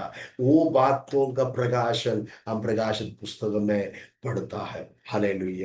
ഓ ഈ ലോകത്തിന്റെ ഭാവി എന്തമാകും, മനുഷ്യന്റെ ഈ ജീവിതത്തിന്റെ ആരംഭം മുതൽ അവന്റെ അവസാനം വരെ, പിശാചിന്റെ ആരംഭം മുതൽ അവസാനം വരെ, ലോകത്തിന്റെ ആദ്യം മുതൽ അവസാനം വരെ, സകല പ്രപഞ്ചത്തിന്റെയും ആദി ഓർ അതിന്റെ അന്തം, സകല ഈ കാണുന്നതും ദൃശ്യമായതും അദൃശ്യമായതിന്റെ എല്ലാ ആരംഭവും അവസാനവും നമ്മൾ ബൈബിളിൽ കൂടെ പഠിക്കുകയാണ്. പക്ഷേ അവസാനമായി നമ്മൾ വലിയ പ്രത്യാശ തരുന്ന ഒരു കാര്യം, എല്ലാത്തിന്റെ അവസാനം ഉണ്ടാകുമ്പോൾ എല്ലാത്തിനെയും പുതിയതാക്കുന്ന ഒരു ദൈവമുണ്ട്. ഹല്ലേലൂയ. തന്റെ ഭക്തന്മാർക്ക് വേണ്ടി പുതിയതൊന്ന് ചെയ്യുന്ന പുത്തൻ അനുഭവത്തിലേക്ക്, ആ നിത്യതയിലേക്ക്, ആ പുത്തൻ അനുഭവത്തിലേക്ക്, ആ പുത്തൻ പുലരിയിലേക്ക് ഹല്ലേലൂയ ദൈവസഭയെ കൊണ്ടുപോകുന്ന കർത്താവിന്റെ ആ ധന്യ വെളിപ്പാട് ഈ പുസ്തകത്തിൽ കൂടെ നമ്മൾ കാണുകയാണ്. വളരെ പ്രാർത്ഥനയോടും വിശ്വാസത്തോടും താല്പര്യത്തോടും കൂടെ ഈ വചനങ്ങളിലേക്ക് അല്ലെങ്കിൽ ഈ പുസ്തകത്തിലേക്ക് നമുക്ക് പ്രവേശിക്കണം. ദൈവം നമ്മളെ അതിനായിട്ട് സഹായിക്കട്ടെ. പരിശുദ്ധാത്മാവ് നമ്മളെ അതിനുവേണ്ടി शक्तिകരിക്കട്ടെ. ये पुस्तक का और एक विशेषता हम जब भी पढ़ते हैं, ये पुस्तक के अंदर बहुत आपको मालूम है 22 अध्याय ये पुस्तक के अंदर है. देखिए ये पुस्तक के अंदर में हम 7 का एक गिनती अनेक बार आपको दिखाई देगा. 7 जो शब्द, 7 जो मैंने आपको बताया था, ये 7 का जो 70 सप्ताह, जो 70 वीक्स जब भी हमें 70 सप्ताह का विषय को जब भी पढ़ाया था, तभी मैंने आपको ये 7 के विषय को थोड़ा सा समझाया गया है. 7 एक पूर्ण संख्या है, जो गिनती है, जो नंबर है, जो पूर्णता को दर्शाता है. तो यूहन्ना का पुस्तक को आप देखेगा तो वो सुसमाचार के पुस्तक हो, पत्रिका पुस्तक हो, प्रकाशित पुस्तक, इसमें यूहन्ना ये 7 नंबर का प्रयोग हमेशा लाता.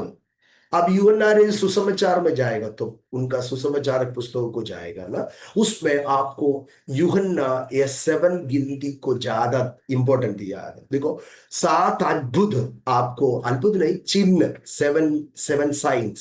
ओके, जो यूहन्ना की सुसमाचार के पुस्तक में यीशु मसीह ने किया वाला 7 चिन्ह, 7 से भी ज्यादा किया है, लेकिन उसने कितना मेन 7 जो साइन लाया है. ओके, तो वो एक विशेषता आपको यूहन्ना रचित सुसमाचार में आपको दिखाई देगा.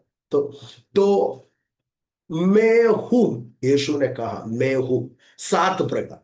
और ये 7 जो यीशु मसीह का 7 वचन मैं हूं कर कर यीशु ने बार बार बोला गया.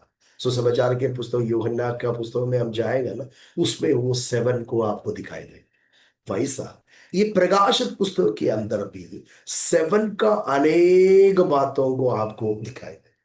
വെളിപ്പാട് ഈ യോഹന്നാന്റെ പുസ്തകങ്ങളുടെ ഒരു വിശേഷത, യോഹന്നാന് സുസമജ് അല്ലെങ്കിൽ സുവിശേഷം എഴുതിയപ്പോഴും ലേഖനം എഴുതിയപ്പോഴും ഈ വെളിപ്പാട് പുസ്തകം എഴുതിയപ്പോഴും നമ്പർ 7 ഒരു എല്ലാ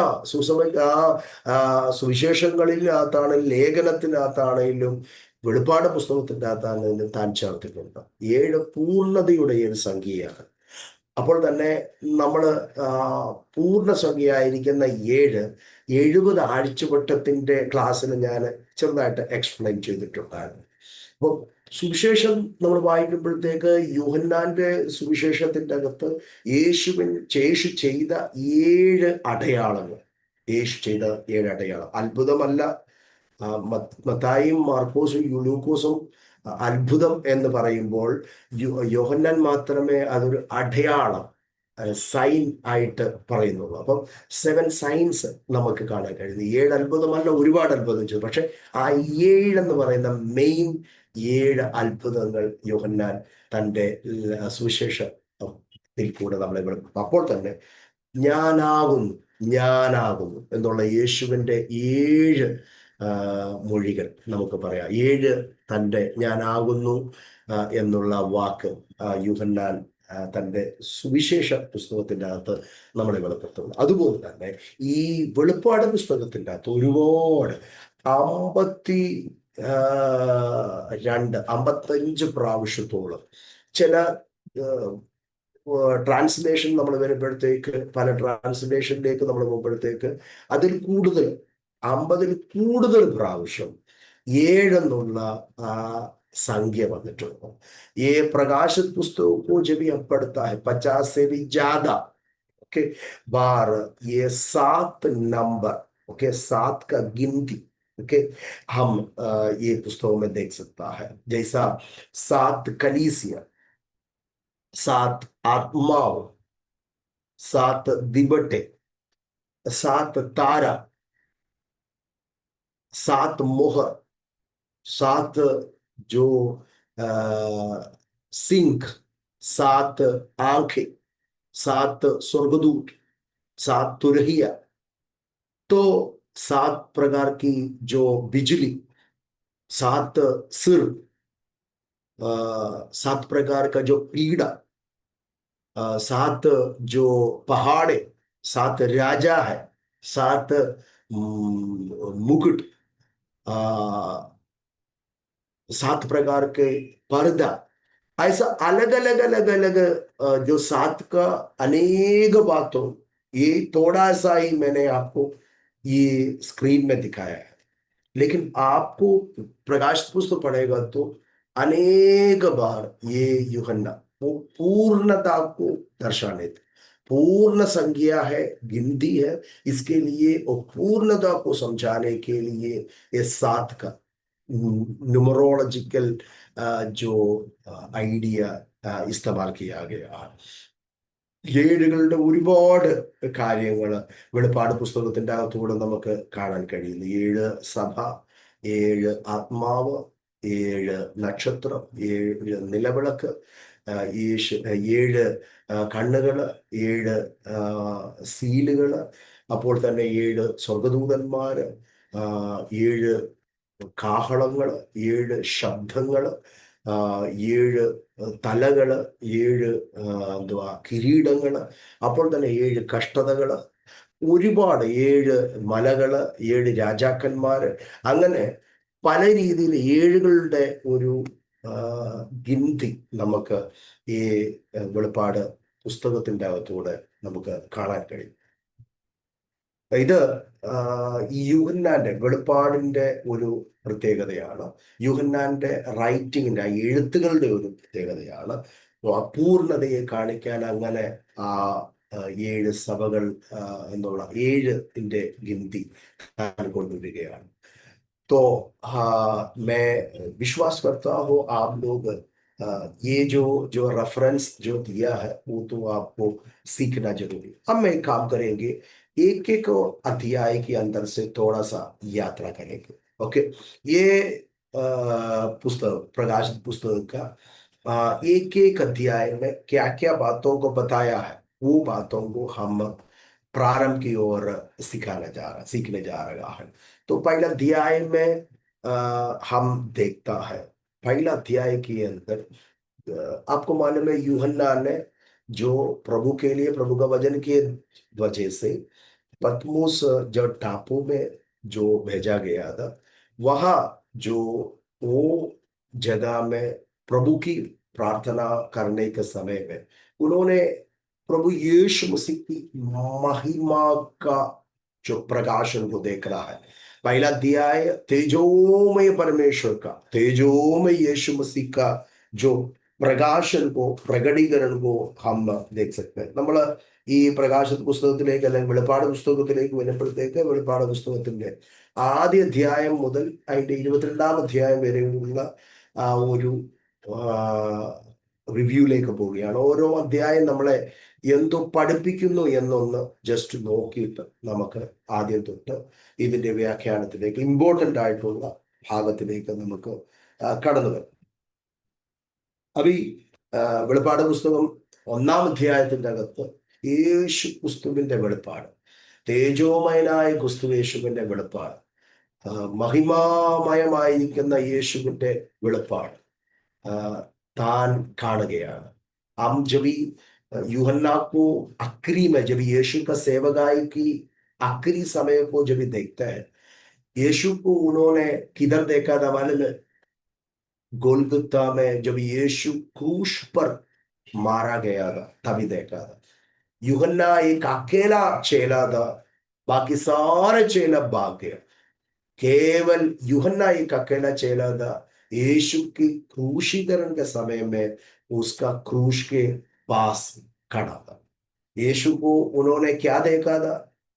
सिर पर कांटों के ताज को देखा था, शरीर पूरा मारा हुआ लहू बहाने वाला लहूलुहान यीशु की चेहरे को, शरीर को उन्होंने देखा। हाथ में कीला थे, पाँव में कीला थे, फसली पर मारा था। यीशु एक खून बहता हुआ रूप देखेगा तो मनुष्य है कर कर भी नहीं बोल सकता था। एक विरूप शरीर को यूहन्ना ने आखिरी में आखिरी बार यीशु को देखा था, जब यीशु मसीह की शारीरिक जो दशा में, जब क्रूस के मृत्यु के समय में। लेकिन अभी देखो कौन यीशु को ये कैसा देख रहा है? अभी पतमुस के टापू में उन्होंने यीशु को क्या देख रहा है? तेजोमय यीशु को देख रहा है, महिमामय यीशु को देख रहा है। हालेलुया। वो सूर्य किरण से भी बढ़कर तेजोमय यीशु मसीह के प्रकाशन को हम अभी पहला अध्याय को पूरे 7 दिवटों के बीच में सुहावनी वस्त्र पहनते हुए जो यीशु मसीह को देख रहे हैं, 7 दिवट के बीच में सुहावने वस्त्र पहनते हुए हालेलुया यीशु मसीह उधर खड़ा है। उसके उसके हाथ में देखो जो जो अधोलोक के मृत्यु के कुंजिया है। हालेलुया। कोई भी ना बंद नहीं करने वाला जो कुंजिया हाथ में रखते, तारे हाथ में रखते हुए यीशु मसीह की जो तेजोमय महिमामय ग्लोरियस റവലേഷൻ को യൂഹന്ന देख रहा है। നമ്മൾ 1-ാം അധ്യായത്തിൽ വരുമ്പോൾ തേജസ്കരിക്കപ്പെട്ട യേശുവിന്റെ വെളിപ്പാടാണ്। അവസാനമായി യേശുവിനെ ക്രൂശിന്റെ അടുക്കൽ വെച്ചാണ് യോഹന്നാൻ കാണുന്നത്। അവിടെ യേശുവിനെ കാണുമ്പോൾ അവന് ശോഭയില്ല, ആളല്ല എന്ന് തോന്നുമാർ അവന്റെ ശരീരം വിരൂപമാക്കപ്പെട്ടു, തലയിൽ മുൾക്കിരീടം വെച്ച് കാലും കൈകളും ആണികളാൽ തറയ്ക്കപ്പെട്ട് വിരൂപമായിരിക്കുന്ന അനുഭവത്തിൽ മരിക്കപ്പെട്ട അടക്കപ്പെട്ട യേശുവിനെ കാണുന്ന യൂഹന്നാൻ പത്മോസിൽ കാണുന്നത് അങ്ങനെയല്ല, തേജസ്കരിക്കപ്പെട്ട മഹിമാമയ യേശുവിന്റെ അലലിയ മാറത്ത പങ്കജ കെട്ടി വെള്ളോടുന്ന സദൃശ്യമുള്ള കാലോടുകൂടി തേജോമയനായ യേശുവിന്റെ ആ ദർശന വീടും നിലവിളക്കളുടെ നടുവിൽ നിലയങ്കി ധരിച്ചു നിൽക്കുന്ന ആ തേജസ്കരിക്കപ്പെട്ട യേശുവിന്റെ ദർശനമാണ് യൂഹന്നാന് ആദ്യത്തെ अध्याय കാണുന്നത്। ഈ पहला अध्याय यीशु की जो 7 कलीसिया सात दिवट जो कलीसिया को दर्शाता है, कलीसिया के बीच में तेजोमय प्रभु यीशु है। जब भी यीशु ने बोला जिधर भी हम दो और तीन इकट्ठा होएगा उन्हीं के बीच में मैं उपस्थित हूँ। तो सात प्रकार की जो कलीसिया के, ये सात जो दो और तीन अध्याय को जब भी हम पढ़ते हैं, चैप्टर 2 और 3, ये सात कलीसिया, ये सात कलीसिया के लिए संदेश यूहन्ना दे रहा है। एफेसुस की कलीसिया, स्मरना की कलीसिया, परगमन की कलीसिया, तुइथरिका, सरदीस, फिलाडेल्फिया एंड लाउदिकिया कलीसिया को देने वाला जो संदेश है, जो वचन है, तो लेटर्स आपको दिखाई देगा। तो एशिया माइनर का जो सात कलीसिया को परमेश्वर ने ദർശൻ വചൻ തയ്യാറാകെ നമ്മൾ രണ്ടും മൂന്നും അധ്യായത്തിലേക്ക് വരുമ്പോഴത്തേക്ക് ഈ 7 ആസിയയിലുള്ള 7 സഭകൾക്കുള്ള വെളിപ്പാടുകളാണ്. എഫെസൂസിന് വേണ്ടി, സ്മർണ്ണയ്ക്ക് വേണ്ടി, പെർഗമോസ്, തയത്തര, സർദീസ്, ഫിലദൽഫിയ, ലാവോദിക്ക സഭയ്ക്ക് ലേഖനം എഴുതുകയാണ്. അപ്പോൾ ഇന്നത്തെ അന്ന് ആ സഭകൾക്കാണെങ്കിലും ആ ലെറ്റർ ഇപ്പോഴുള്ള കർത്താവിന്റെ സഭയോടുള്ള ബന്ധത്തിലും നമ്മളോടും ആ വചനം സംസാരിച്ചു കൊണ്ടേ ഇരിക്കുകയാണ്. ജയിക്കണം, ജയിക്കണം, ജയിക്കണമെന്ന് മാത്രമേ സഭയോട് പറയുവാനുള്ളൂ.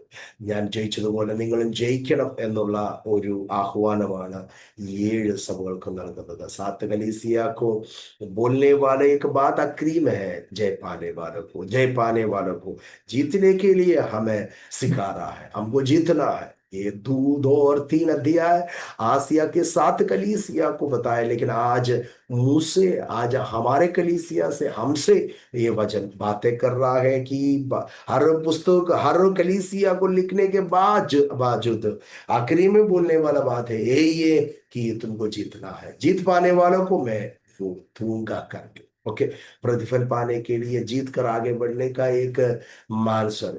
ओके, ये 7 चर्चेस एशिया माइनर का 7 कलीसिया धा कर भी आपको जाना है। जब भी हम 4 अध्याय की ओर जब भी प्रवेश करेगा, उसमें एक विशेष बातों को आपको दिखाई देगा। 4 अध्याय, ये जो पहला जो 3 अध्याय को हम देखते हैं यीशु का प्रकाश और कलीसिया के विषय जो अभी जो धरती पे है, ओके, उसको है। लेकिन 4 अध्याय से लेकर 22 अध्याय तक भविष्य काल में होने वाला बातों को बताया गया है। ये बात आपके मन में रखना है।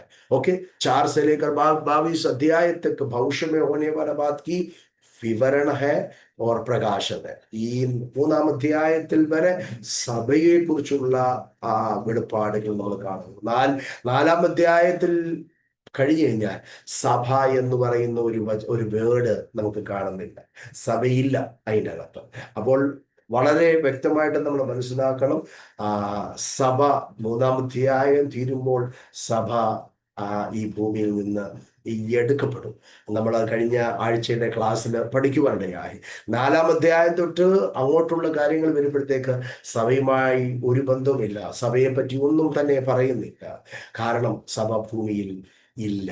ओके, तो हम ये 4 अध्याय से लेकर आगे पढ़ेगा, भविष्यकाल के विषय को बताता है, लेकिन वहां एक बात हमको समझना है, कलीसिया के बारे में कुछ भी बताया नहीं, कलीसिया के साथ कुछ भी लेन देन इस अध्याय को नहीं है कर। इसका मतलब है ये उस समय में कलीसिया धरती पर है ही नहीं है। यीशु का जो बदलों में जब यीशु आज आएगा तो तभी कलीसिया को उठा लिया जाएगा।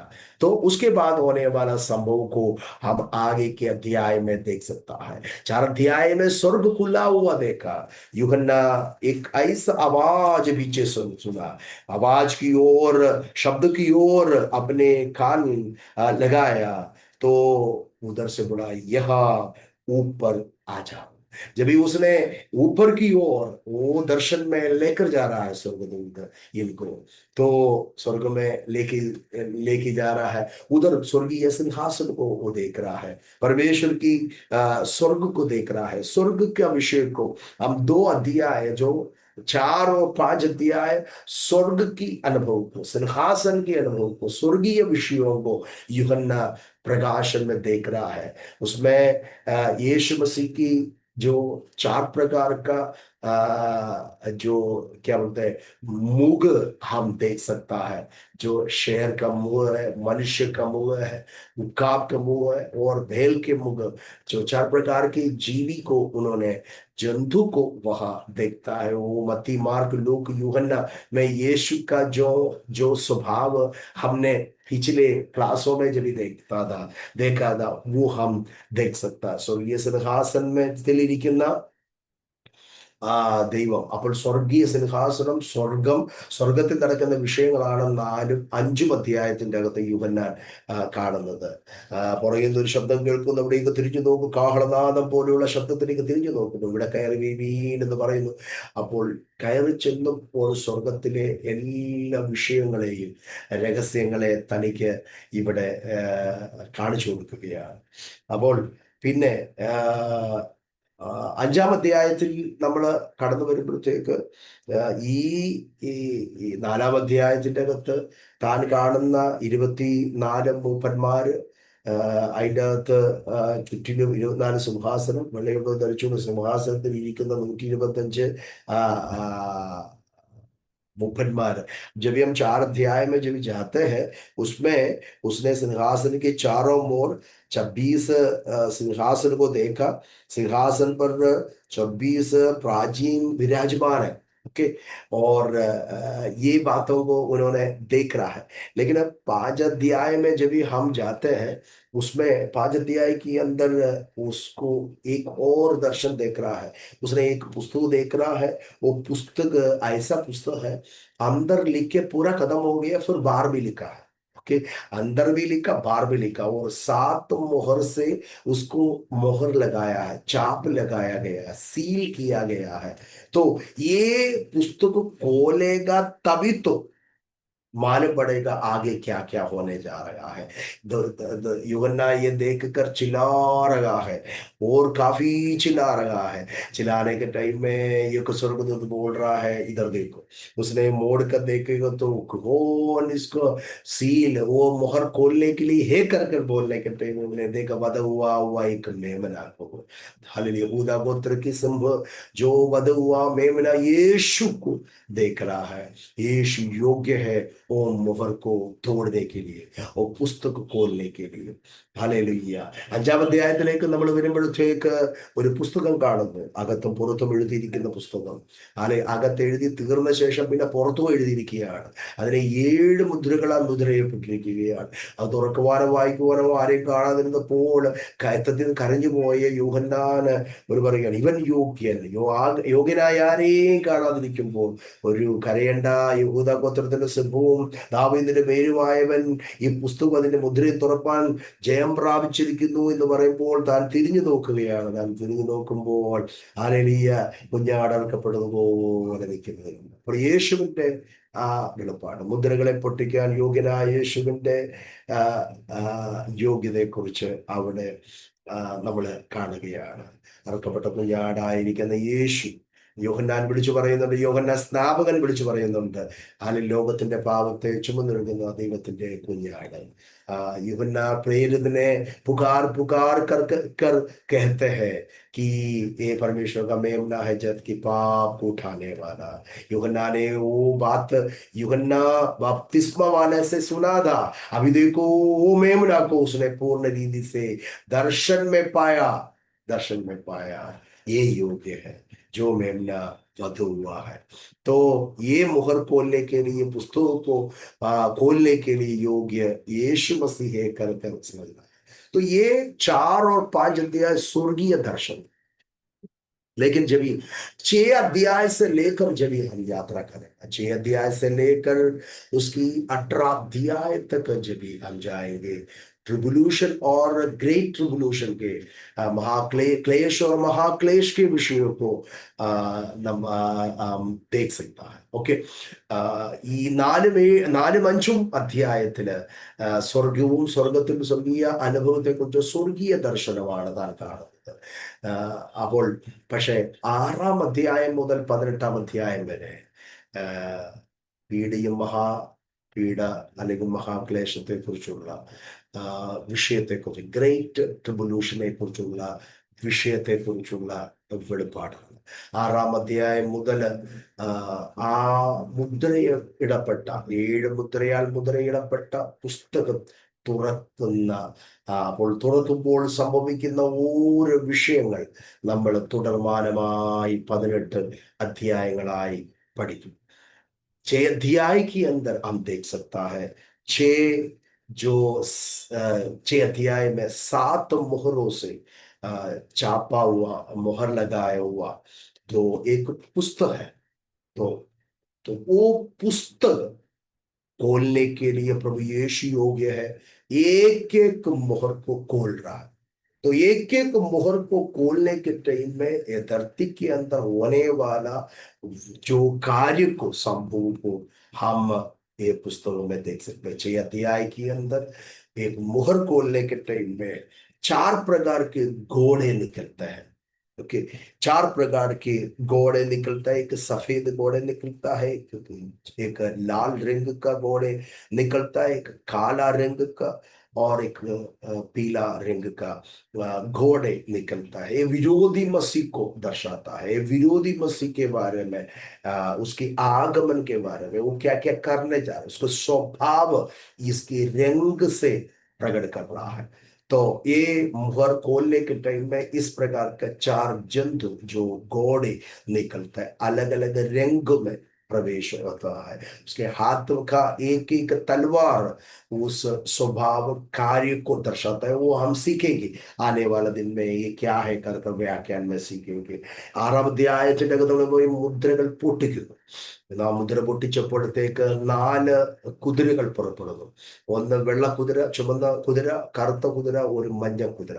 അത് എതിർക്രിസ്തുവിന്റെ വരവ്, അവന്റെ സ്വഭാവം, അവൻ എന്ത് ചെയ്യുന്നു, ആ സമയത്ത് നടക്കുന്ന സംഗതികളെ കുറിച്ചുള്ള ആ വെളിപ്പാട് നമ്മൾ ആ അധ്യായങ്ങളിൽ കാണുകയാണ്.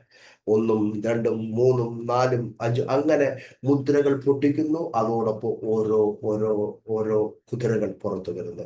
एक एक चाप को खोलेगा, एक एक जो घोड़े बाहर निकलते हैं, उसका प्रकाशन को हम इस अध्यायों में देख सकता है. तो एक एक जो ये बातों को हम हमारे जो व्याख्यान जब भी करेगा हम वो समय में सीखेंगे. ओके, तो मैं चाहता हूँ अभी हम समाप्त करेंगे.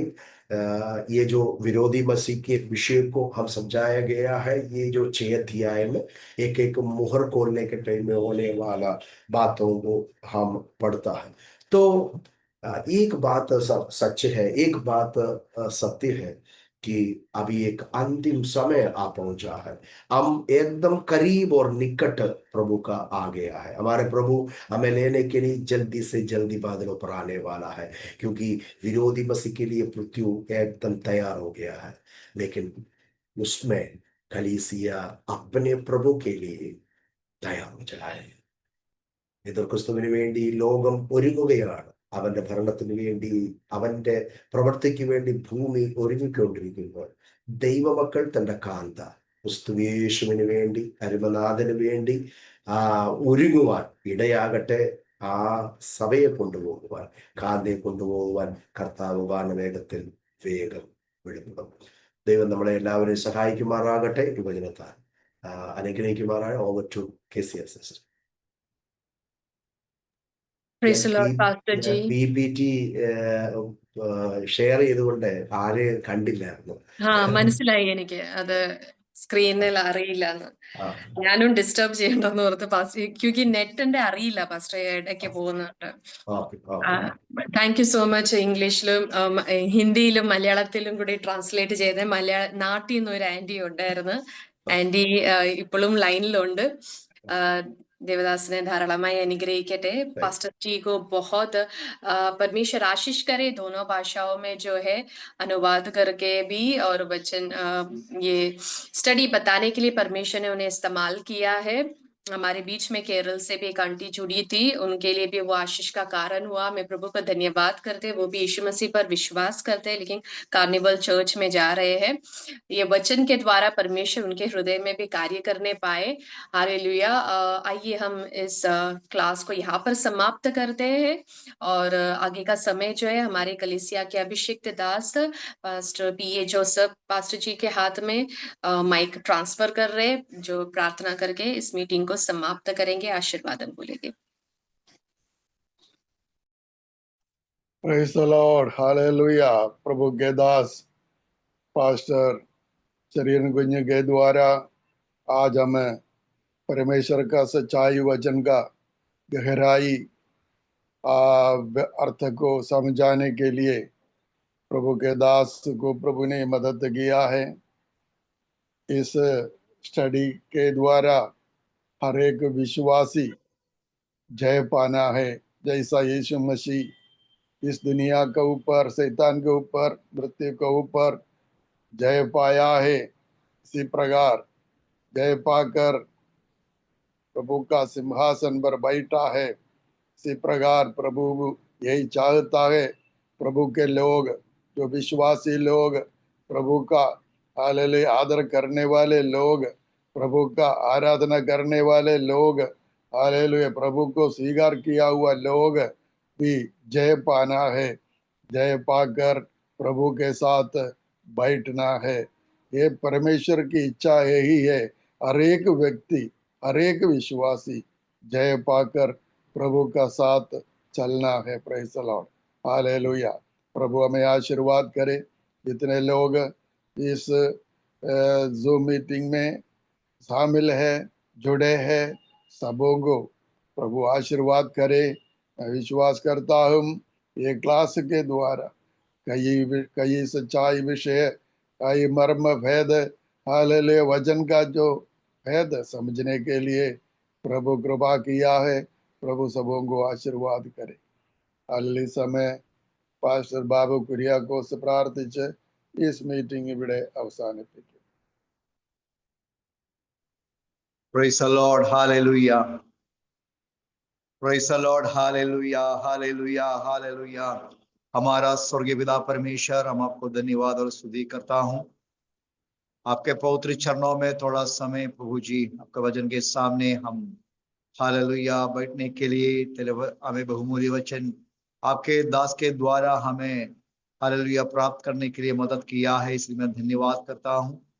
इस क्लास का शुरुआत से लेकर प्रभु जी समय तक पवित्र आत्मा इस विषय को हमें समझाया, इसलिए मैं धन्यवाद करता हूं। परमेश्वर तेरे दास को प्रभु जी हालेलुया दिया हुआ हालेलुया विशेष यूहन्ना, हमें आपका चेला यूहन्ना को अपने जो प्रकट किया, जो प्रकाशित और दानियल के बारे में इन दिनों में हमें सिखाता है।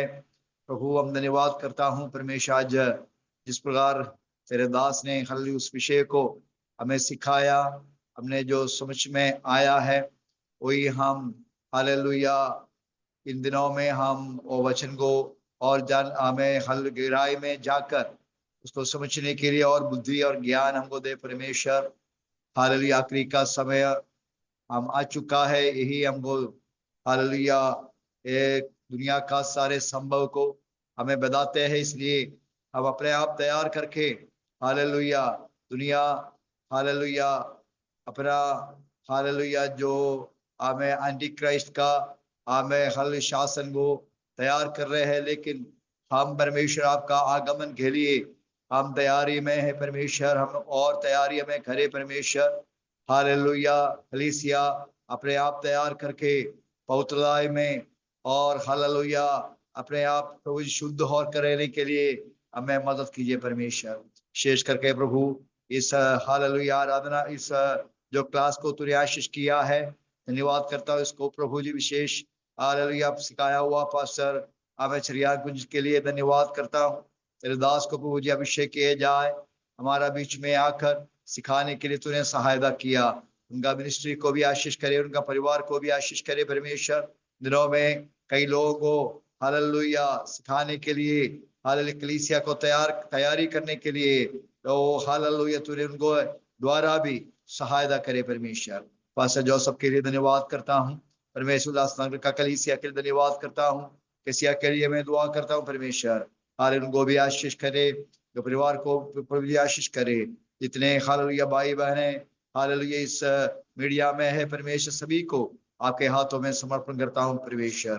विशेष करके हालेलुया ओ हालेलुया केरला से जुड़ा हुआ जो दासी के लिए दुआ करता हूँ।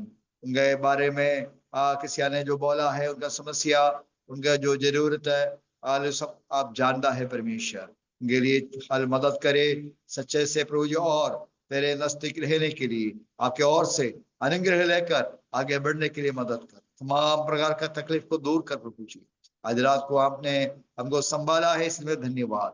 हालेलुया सभी को एक और बार आपके हाथों में सौंप देता हूँ। आशीर्वाद करे परमेश्वर, मैं शांति से विदा कर आपका आगमन दे रहे तो अगले हफ्ता इसी प्रकार हम और इकट्ठा होकर आपका वचन को सिखाने के लिए, सीखने के लिए हमें सहायता कर। सारी महिमा आपको ही देता हूँ। हमारा उद्धार करता प्रभु यीशु मसीह के मधुर मीठे नाम से मांगता हूँ। कृपा कर सुनो और कबूल कीजिए प्रभु। आमीन आमीन। आमीन। प्रभु का दास आशीर्वाद कीजिए। Joseph pastor. पिता परमेश्वर का प्रेम, यीशु मसीह का कृपा, पवित्र आत्मा का संगति, सहभाग्यता हमारे साथ जितने लोग इस जूम में जुड़े हैं सबों के साथ हमारे प्रभु यीशु मसीह का दूसरे आगमन तक निरंतर होते रहे। जय देने वाला प्रभु के नाम की महिमा हो। हालेलुया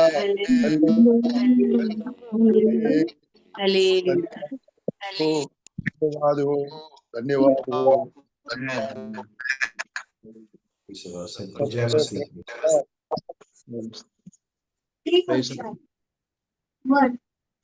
सबों को praise the Lord. Praise the Joseph Lord. പാസ്റ്ററിലെ പ്രൈസ് ദി ലോർഡ്, ബാബു പാസ്റ്ററിലെ പ്രൈസ് ദി ലോർഡ്, കറിയം പാസ്റ്ററെ പ്രൈസ് ദി ലോർഡ്. നാട്ടിൽ നിന്ന് ജോയിൻ ചെയ്ത തങ്കമാൻഡിക്ക് വളരെ നന്ദി. 7 മണി മുതൽ ബസ്സിലാണ് മീറ്റിംഗ് അറ്റൻഡ് ചെയ്ത്. ദൈവം അനുഗ്രഹിക്കട്ടെ. ഇതുവരെ വീട്ടിലെത്തിയിട്ടില്ല. പ്രാർത്ഥനയിൽ ഓർക്കാം ആന്റി, കടന്നു വന്ന Anu aunty, Asna, Asha sister praise the lord, Chitra aunty praise the lord, Harish brother praise the lord, Harsha sister, Kajal aunty, Sushila aunty, सबों को प्रेज द लॉर्ड। कल सुबह 5 बजे से 6 बजे तक मॉर्निंग प्रार्थना है और शाम को लेडीज मीटिंग होगा 7 बजे. 4 വൈകുന്നേരം 7 മണിക്ക് ലേഡീസ് മീറ്റിംഗ് കാണും. ഫ്രീ ആയിരിക്കുന്നവരെല്ലാവരും ജോയിൻ ചെയ്യുക. ഇതേ ലിങ്കിലായിരിക്കും മീറ്റിംഗ് ഉള്ളതായിരിക്കുന്നത്. ദൈവം എല്ലാരെയും അനുഗ്രഹിക്കട്ടെ. Thank you so much. God bless you. ശുഭരാത്രി. Goodbye. Praise the Lord.